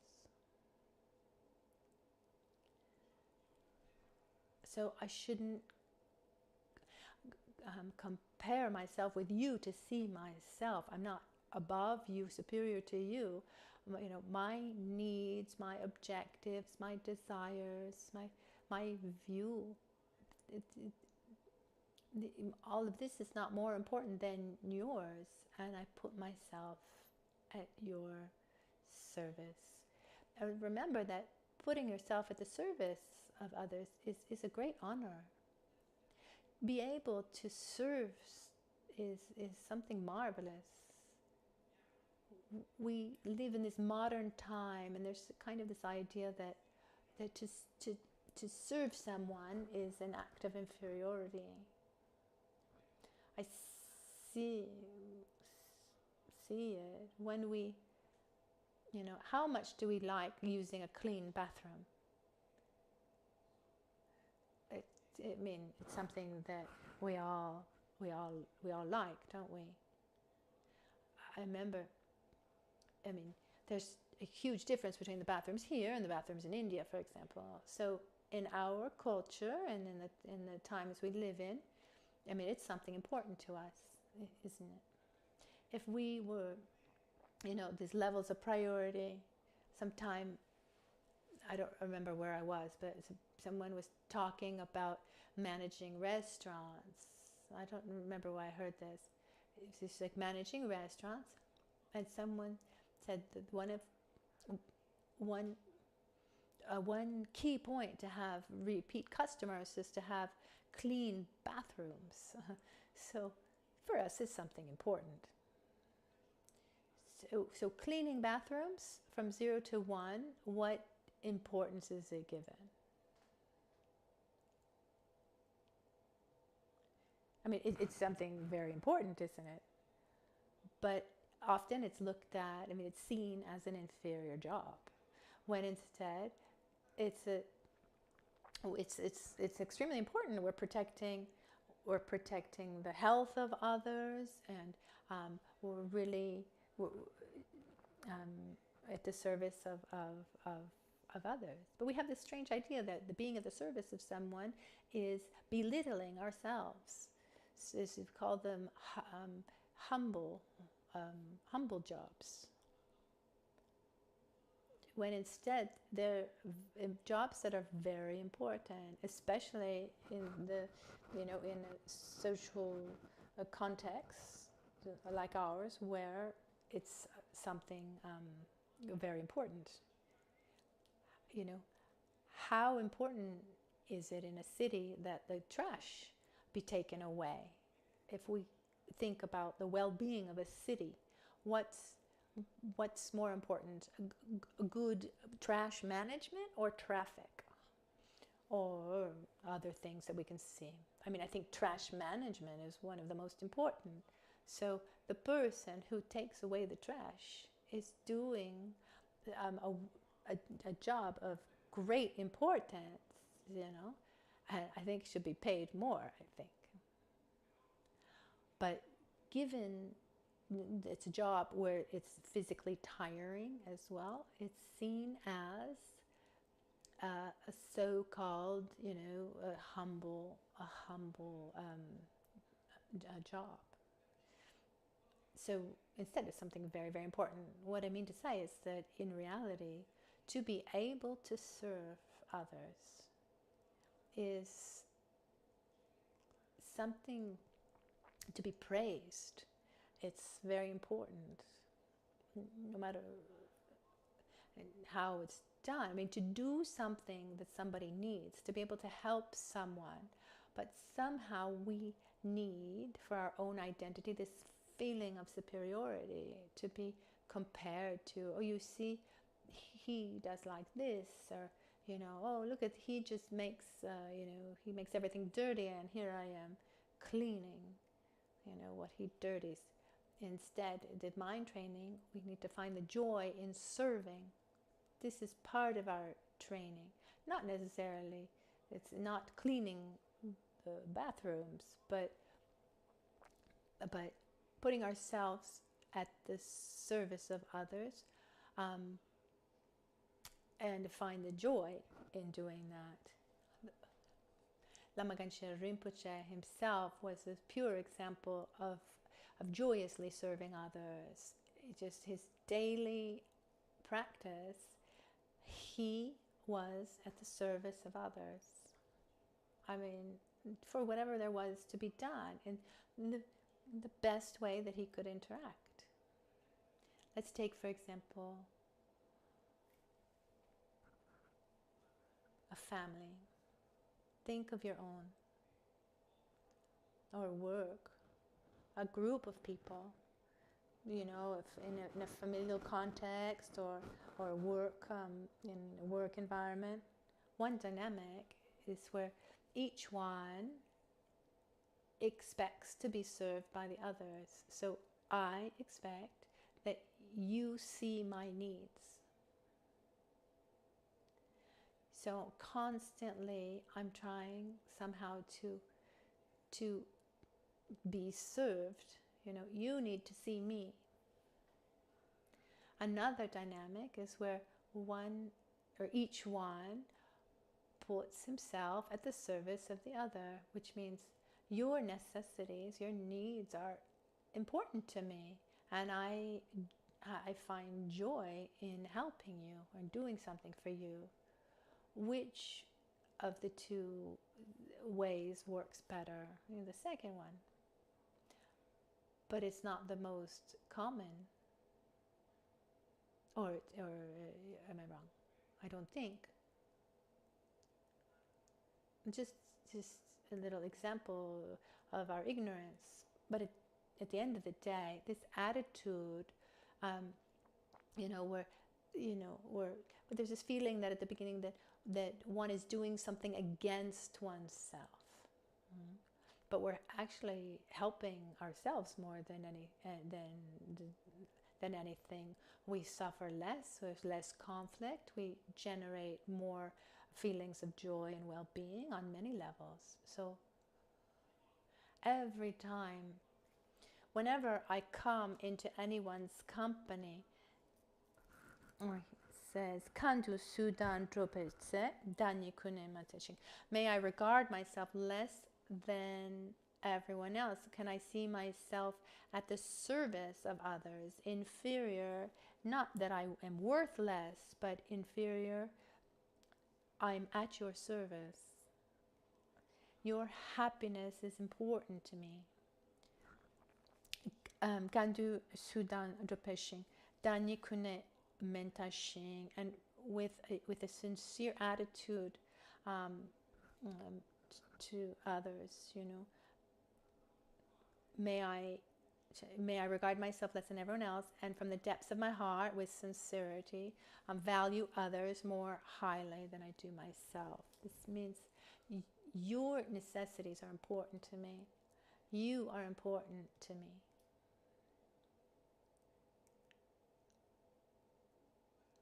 And this takes, I just repeat one more time, this attitude of, you know, to learn to be at the service of others as a bodhisattva would. The bodhisattva is the path of altruism, where we are at at the disposition of others to serve them. And what I see is that the more we are obsessed with our own happiness, the more we see the reality in the world at our service, then the more fragile our happiness is.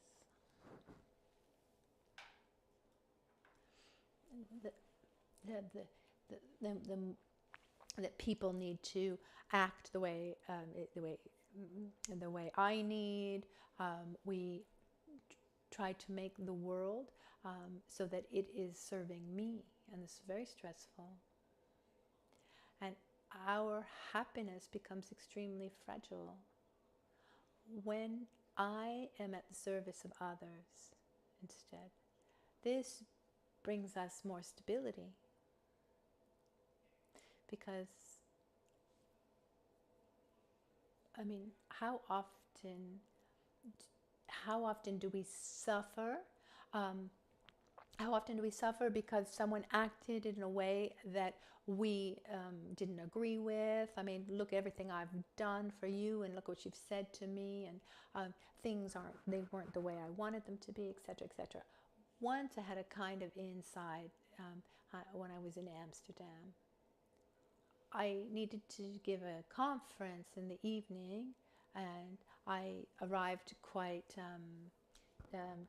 I was walking around the city. It's a beautiful city, and I was taking a walk throughout the town, and at a certain point I was walking in one of I was walking in the center of Amsterdam, in the luxury stores in one of these roads, and it's my perception. But what I saw in these stores, there was an attitude, you know, like the reality of the store. It was just, the store was at the service of the ego of the client, where where everything had to be perfect and in the right place in every way, to be at the service of the ego of the patient, of the customer, because the ego was so fragile. The more conditions I need for my own stability, the more fragile I am. If at a certain point, you know, my body needs to be covered and protected by heat and cold, I mean, that's one thing. But if to be well, I need to have these clothes that match, you know, this bag or that, then my ego is very, very fragile. I have like a third cousin,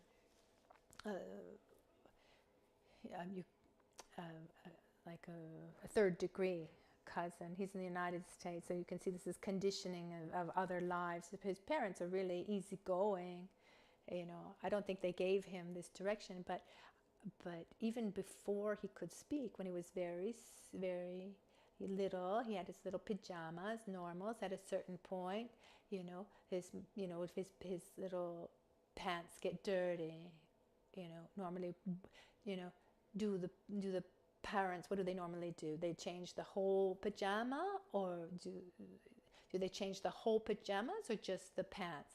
No. And instead, he would just have a fit until the whole outfit was changed. And if it wasn't the same set, and then he created like fashion at school and how to dress like this. He was really fixated. His parents had no idea where this all came from, but since a very, very small age, from a very, very young age, everything needed to match. And as soon as he was able to choose his own gifts and his own clothes, he started fixating on shoes that needed to match this, that, and the other. Once I met his parents, his parents says it's just like this, and they had to just kind of give up. But from this point of view, who has the more fragile stability, he who has the perfectly matching clothes, or the one that is just concerned about protecting his body? At the end of the day, the more needs I have, the more fragile and is my stability. That's clear, isn't it? Because the more we put ourselves in a position that the world around us needs to be at our service, that the people need to act in a certain way, that everyone needs to be kind with us, that others need to do this. So look, I did this and you didn't recognize it, and instead you should recognize the effort that I put in, because I, the more I put myself in this position, the more fragile my stability is, the more fragile my happiness is, and the more obsessed I am with myself, the less I'm able to help others. Instead, the more I put myself at the service of others, which doesn't mean to sacrifice oneself. This means taking care of myself to then be able to help others, because I can't give what I don't have. I can't be stable for you if I'm not stable for myself. I can't have energy for you. To have energy for you, I need to be able to rest. To give you an example, a parent, a father, a mother, one of the most important points of the education of her own children is not what they say, but what they are, especially for those first 7 years of life, the first 3 even more. So someone, a father, a mother, who puts effort into being more stable, to have more love, for being what they want to transmit to their children, when he's doing that, he's also doing it for the benefit of the children. Of course, if we want a society that's more at peace, the effort that we put into being more at peace with ourselves is like being at the service of the society, even if at that moment it seems like we're doing something for ourselves. So when I take care of myself, I'm doing something also for others. When I'm taking care of others, I'm also taking care of myself. We need to take away this difference that exists, this dualism. So when I'm at your service, I'm doing something for me. It's a pleasure, it's a joy, it's an honor to be able to serve you. I remember not too long ago with some people who served Lama Ganshin a lot during his life. There was one case in particular, we were thinking about this together. The conclusion was, for many years you dedicated your energy to serving your master, Lama Michel Rinpoche. He dedicated his life to serving everyone else. So in you, during his life, while you were serving him, you were serving others. Now serving others, you are serving him, because it's by serving him you are doing what he was doing, what he continues to do. So we say, what's one of the best offerings that one can make to his own guru is helping others, being at the service of others, because that's what he does. With Rinpoche, it was so clear. He was at the service of everyone. By serving him, that let him that gave him the possibility to serve others. Now serving others, that gives us the possibility to serve him. Is this reasoning clear? So that's why we say, when we put ourselves at the service of others, we're naturally at the service of the Buddhas, because that's their objective. So to put ourselves at the service of others is saying, your happiness is important to me. How can I interact with you that helps your happiness and helps you suffer less? The great difficulty of putting oneself at the service of others, at a certain point we feel very frustrated because we don't know what to do. We see people suffering and we don't have the tools to really to do something that could be meaningful in the life of someone else, to really help them. But Buddha himself said, I can't take away your suffering the way you would just brush away, sweep away the dirt. I can't take away your negative conditionings the way you take away a stain with water, but I can interact with you. I can show you what you should cultivate and what you should abandon. The only thing that we can do towards anyone is interact with our actions, with our words and our thoughts, our feelings, to the best of our abilities towards others. But what happens, and even there can be moments of frustration because we don't know how to interact. Imagine that you found yourself in a situation, where you wanted to help someone's not well, and you have no idea what to do. I've been in that situation many times. What I realized is, it doesn't depend on me. But it's an incentive, a strong incentive for me to develop more wisdom, to have more experience, to better my ability to see and understand others so that I can then help. The bodhichitta mind comes here. I want to develop my qualities. Why? Because I want to help others. And if I'm in a bad state as others are, how am I going to help? It's not possible. So first, I need to develop my own qualities. In other words, I need to become a Buddha myself so that I can then help others do the same. But this brings us to the conclusion that being at the service of others has two aspects. Let's use a metaphor.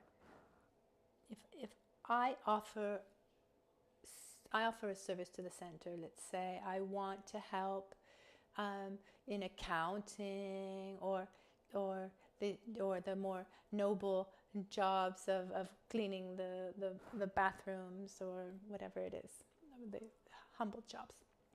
And then at some point I do some training, because to do this job well, I need to do some kind of training. I need to learn how to do it. I learn new tools. I have to study whatever it is so that I can do my job better. When I go to my training course, am I still putting myself at the service of the center? I mean, companies, for example, when an employee goes to do a training course, he's still working. You know, he's not doing the job he was employed for, but in the training course, he's still working. I mean, our jobs as bodhisattvas, what is it? Is to interact virtuously with others so that they can develop their own qualities and diminish their suffering. So I need my training courses. I need information. I need to be well with myself, to develop my own qualities, to do this towards others. And this brings us clearly to the fact that when I do something for myself, I'm not ignoring others. I'm investing in others. And when I do something for others, I'm not ignoring my needs. I'm realizing my own objective, which is helping others. So when I do something for you, I'm doing it for myself. When I do something for myself, I'm doing it for you. So we get out of this duality of thinking that when we do something for others, it's a sacrifice, and when I do something for me, it's something selfish. We need to go beyond this duality. You can see the dynamics, for example, when there's someone who's sick, and you know, a friend or a family member is helping that person. There is a moment, a very delicate moment, where the one who's helping, the one who's serving or assisting the sick person, especially at home, you know, where maybe the person isn't self-sufficient, you know, even that person helping has a limit, you know, needs to regenerate his own his energies. And if that person doesn't respect his own limits and doesn't create space to regenerate his own energy, you know, he'll just go until he breaks down. And once one has had a breakdown, it's very difficult to regain the energy. But if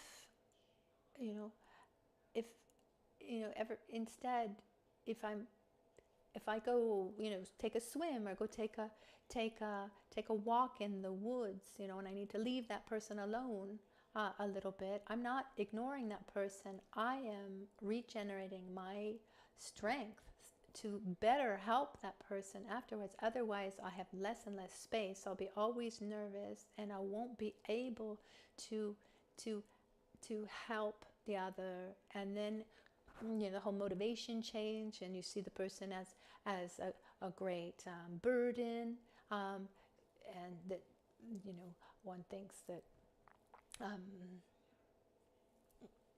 instead, if I love you and I can help you,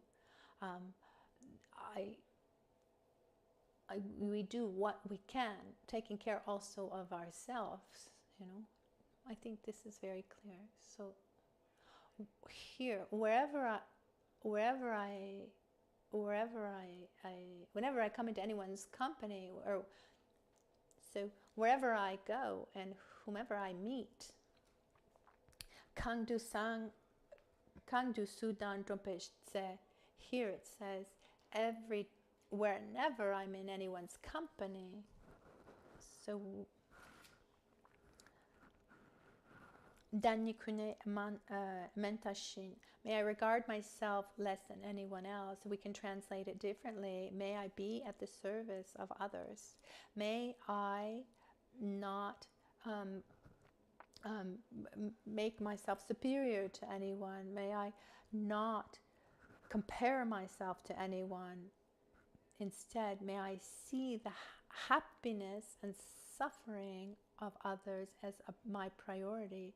And in this sense, we are, quote unquote, inferior.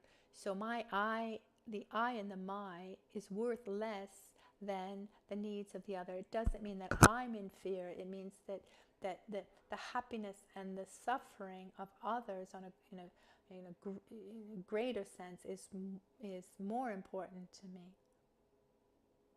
Is as important to me as my own, not more or less.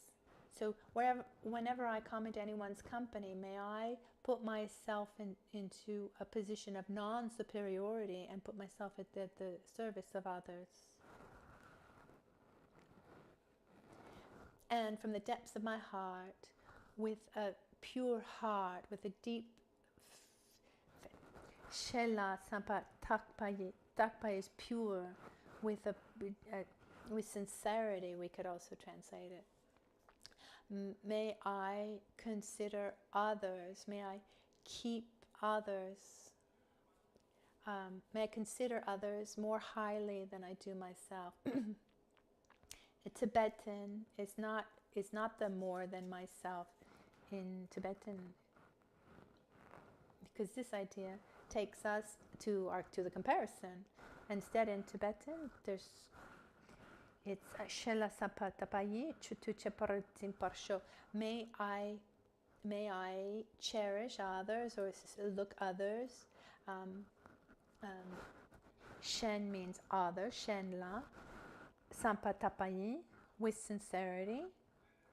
Towards others with sincerity. What am I going to do? Choktu Cheparatim Par. Chok means excellent. Chepar means, it's the word that we saw yesterday, cherish. Cherish. Just keeping hold of someone. May I cherish others as excellent.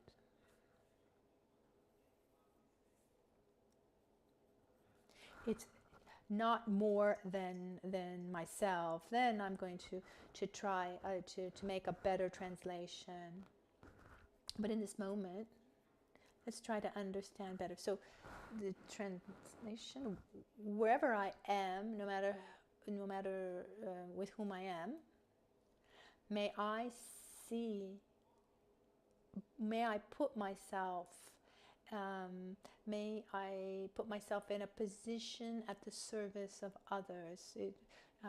May I not see myself as being superior or better than anyone. And from the depths of my heart, with sincerity towards others, may I value or cherish others as excellent. What's the training here? To not compare ourselves to others and put ourselves at the service of anyone we meet with joy. Even if, and this is going to come in the next verses, just a little spoiler, if we want to use that word, for the verses to come. I put myself at the service of others, even if the other isn't the way I think he should be, even if the other doesn't act the way I think he should act, even if the other shows aggression or meanness, I am at his service. What does that mean? What does that mean to be at the service of other? It doesn't mean to just survey his needs. It's a Tibetan term, Tuyong in Tibetan. what does that mean? To survey the desires of others. Try to satisfy any desire that comes up. I don't know. Have you ever surveyed the desire of someone? You're close to someone, and anything that person needs, you try to satisfy it. In reality, if we survey, if we're just constantly watching over and surveying the desires of someone else, we're really hurting. What happens when we do that with ourselves? Anything I want, I need to have it. And the more I have, the more I want. And at the end, what's the result of surveying the desires is dissatisfaction. When we're watching over the needs of our children or our partners, whoever, in the end, we're just contributing to dissatisfaction, to their dissatisfaction. Sorry if I say it like this.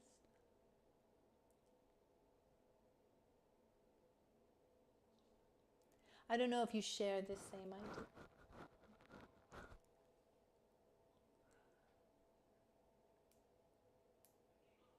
Because our desires are not necessarily wise. I mean, Lama Ganshin wrote this prayer where he said something like, "Oh, Guru Buddha, bless me, because what I really want, I don't know."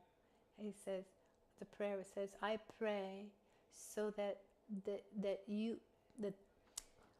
I pray so that the desires that you, Guru Buddha, have for me, may they come true, because I don't trust really.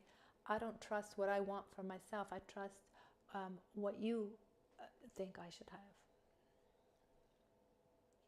So the point here is to be at the service of others doesn't mean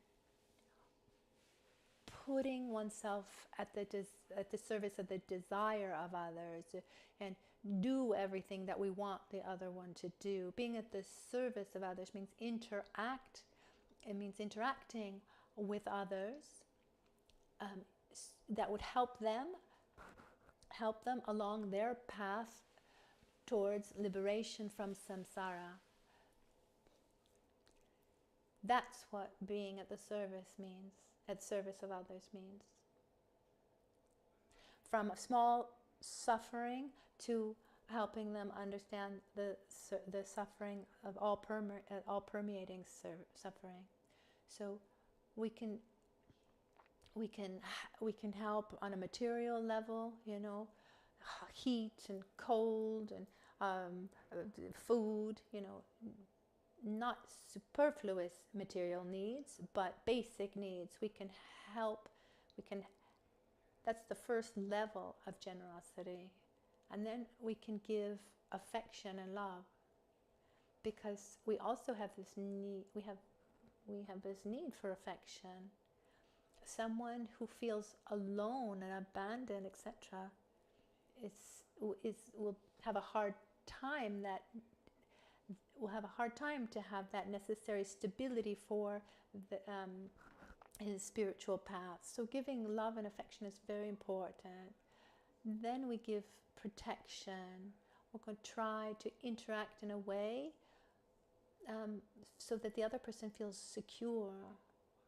And then when the person has the basic needs covered and doesn't need material things and has an emotional stability and feels secure, at that point you can help. How do you put yourself at the service? You help by giving the Dharma, trying to share the Dharma, which doesn't necessarily mean teaching Buddhism. It means helping someone have more patience and joy, less anger, and have a view that's more consistent with reality, and developing one's own inner qualities. But putting oneself at the service of others, is done in along these 4 levels. So is it clearer what we mean by putting ourselves at service? So if I see someone who acts in a way that the way I think is wrong, what does it mean then to put oneself at his service? Put yourself at his service means to try to interact the best way we can, thinking to his deeper happiness, not satisfying his immediate desires. Means I'm not going to judge you because you're bad and so you don't deserve my help. You're in samsara like everyone, and we all deserve the same. But it's because you act in a non-virtuous way that you need more help. And so I'll try to adapt myself to see how I can get to you. And this is one of the great wisdoms, like the story that was told to me that once a lama arrived in Mongolia. Kaga Jetsun Tampa. This, I think there are many. This was the first, I think. And so this lama gets to Mongolia, and Mongolia at the time wasn't Buddhist. And this master, he wants to help people. He was a bodhisattva in all, completely. And he saw there wasn't a lot of space for teaching the Dharma. But first of all, he wanted people to trust him. So he started to interact with them to generate trust. So he learned how to fight, and he became the champion, and he was the best with the women, and he was the best in war tactics, and he was a great artist. So he mastered everything that was important in Mongolia at that time. So he was excellent in all these things that were so widely respected. But he was external to the various clans. There were two at the time that were always at war. And so he was respected by both of these clans. And when he needed when they needed a guide, a king, they asked him. And he said, I accept to be your guide, but on one condition. What I say you'll have to do. And they said yes, they accepted. And so when he became the guide of all of them, that one of the first thing he did was to introduce Buddhism. He said, okay, now we're not going to wage war here or there. And he changes completely the Mongolian culture in many aspects. But for many years, he showed himself absolutely differently, because that was the way to get into that reality, to then at a certain point transform for the better. Because the one who's helping needs to adapt to the one who needs the help. So putting oneself at the service of others means also adapting to the necessities and the abilities of the others, but with one clear objective, is that we're helping the people be free from the suffering, from the suffering of change to the all-permeating suffering. So putting oneself at the service of others doesn't mean putting oneself at the service of those who I like and are nice to me. It means putting yourself at the service of everyone, no matter where you are, no matter who you see, which is different than saying just everyone, because sometimes we have this attitude, I'm at the service of everyone, and we generalize this everyone. Instead, I need to be at the service of anyone I meet, no matter where I go. That's different. It doesn't say everyone. It says wherever I go, no matter whom I encounter, I put myself at their service. Let's remember that this is a training. This means that we will not be able to do it. We start with the intention, with the awareness, we try a little bit here and a little bit there. At the beginning it's artificial, and then gradually becomes less difficult, easier, more natural, until it becomes absolutely spontaneous. But there's a long path to follow, but at least we have clarity of our direction, where we want to go. I think the second training is clear. Is the second training clear? We see once again why they're secret, because they're extremely powerful if they're put into practice. If they're not put into practice, they don't do much. And they're not difficult to understand. And they're difficult to practice. And there's no expectation that someone needs to realize it right away. There's the request that everyone be sincere and do the best to practice. Is that clear? So, our path is not where I need to be the bodhisattva. No, I'm going to train every day to create this habit, to direct my conduct in a virtuous way. I'm walking against the current.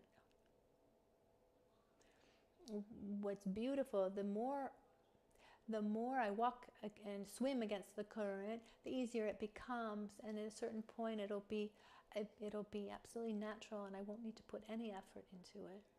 I didn't see Rinpoche, Lama Michel Rinpoche, having to put effort into being at the service of others, because he had realized it.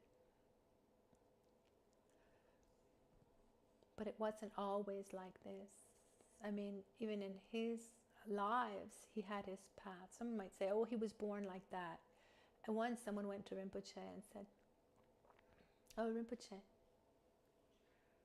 you give us so much advice here and there, but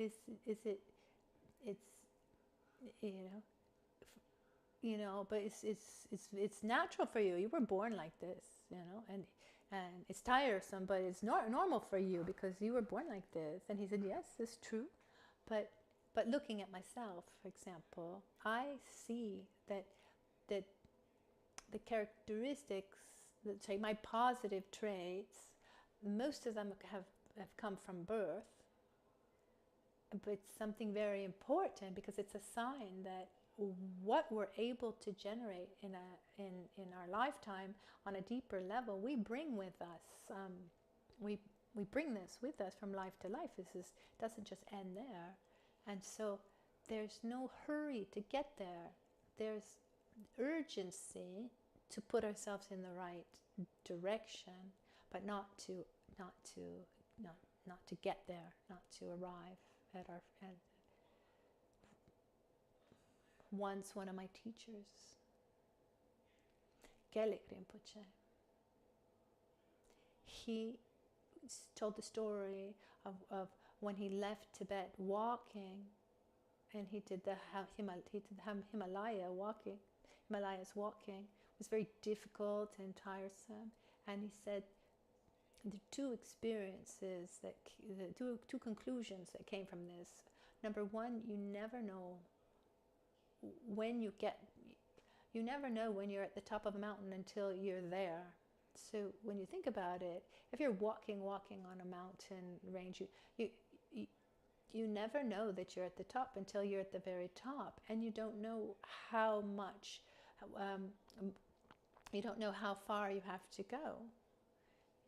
There's no GPS to tell you, unless you have a GPS. But if you're walking, you don't know that you're at the top, at the summit, until you're up there. It can be a lot, or it can be a lot.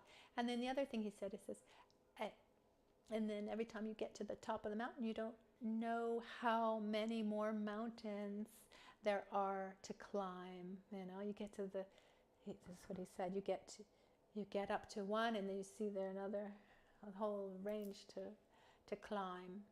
And And he said that not metaphorically, but physically, he said there were many more mountains than he had expected. And in our life, metaphorically speaking, there are many, many, many things that we need to overcome. And when we get to the top of a mountain and we've overcome a certain habit, and there are others that we'll have to do as well, and that's fine that it's like this. So we shouldn't have this expectation to get to the top of the mountain right away, or the expectation to become, right away a Buddha. No, it's not the when, but what's important is that my daily life takes me in that direction. And that's what Geshe Rinpoche in this verse is showing us. Somehow we're simulating being a bodhisattva, he who is going towards enlightenment for the benefit of others. We're trying to act the way a Buddha would act, who is at the service of others. We just think about our own Western context. Think about the people who, even in the Christian world, who left,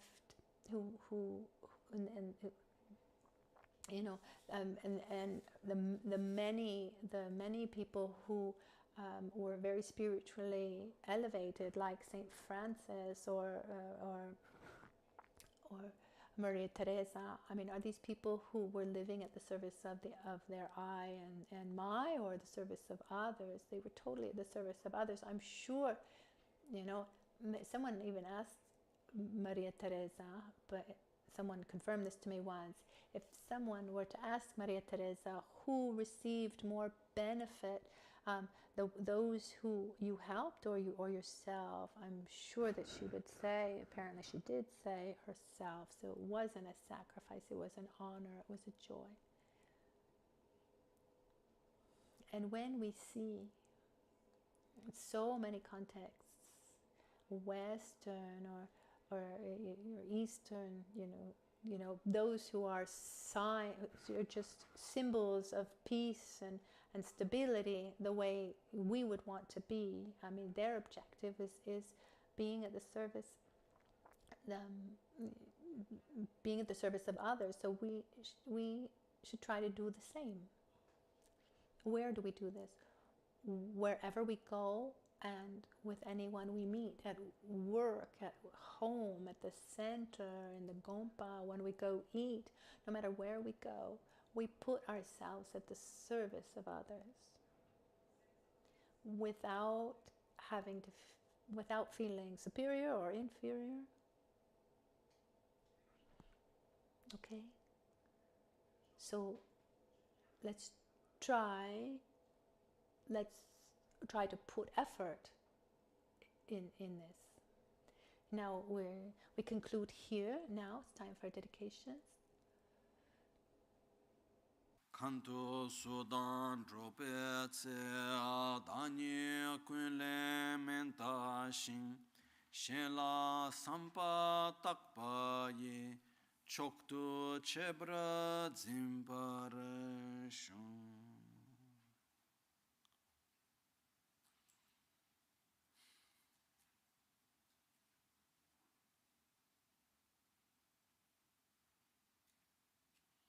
Ovunque io vado.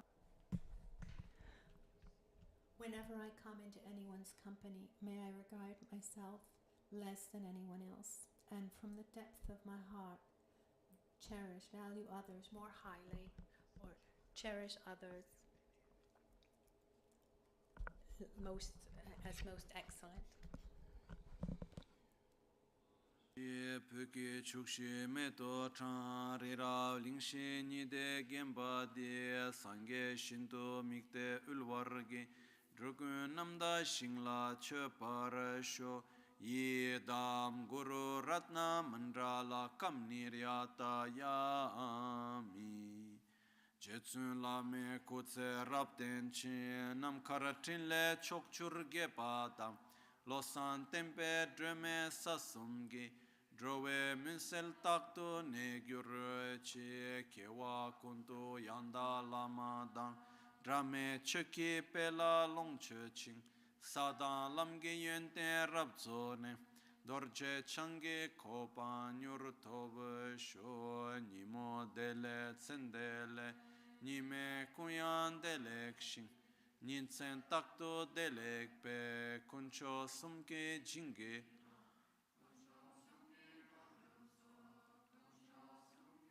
Trashisho. At dawn or at dusk, at night or midday, may the three jewels grant us their blessings.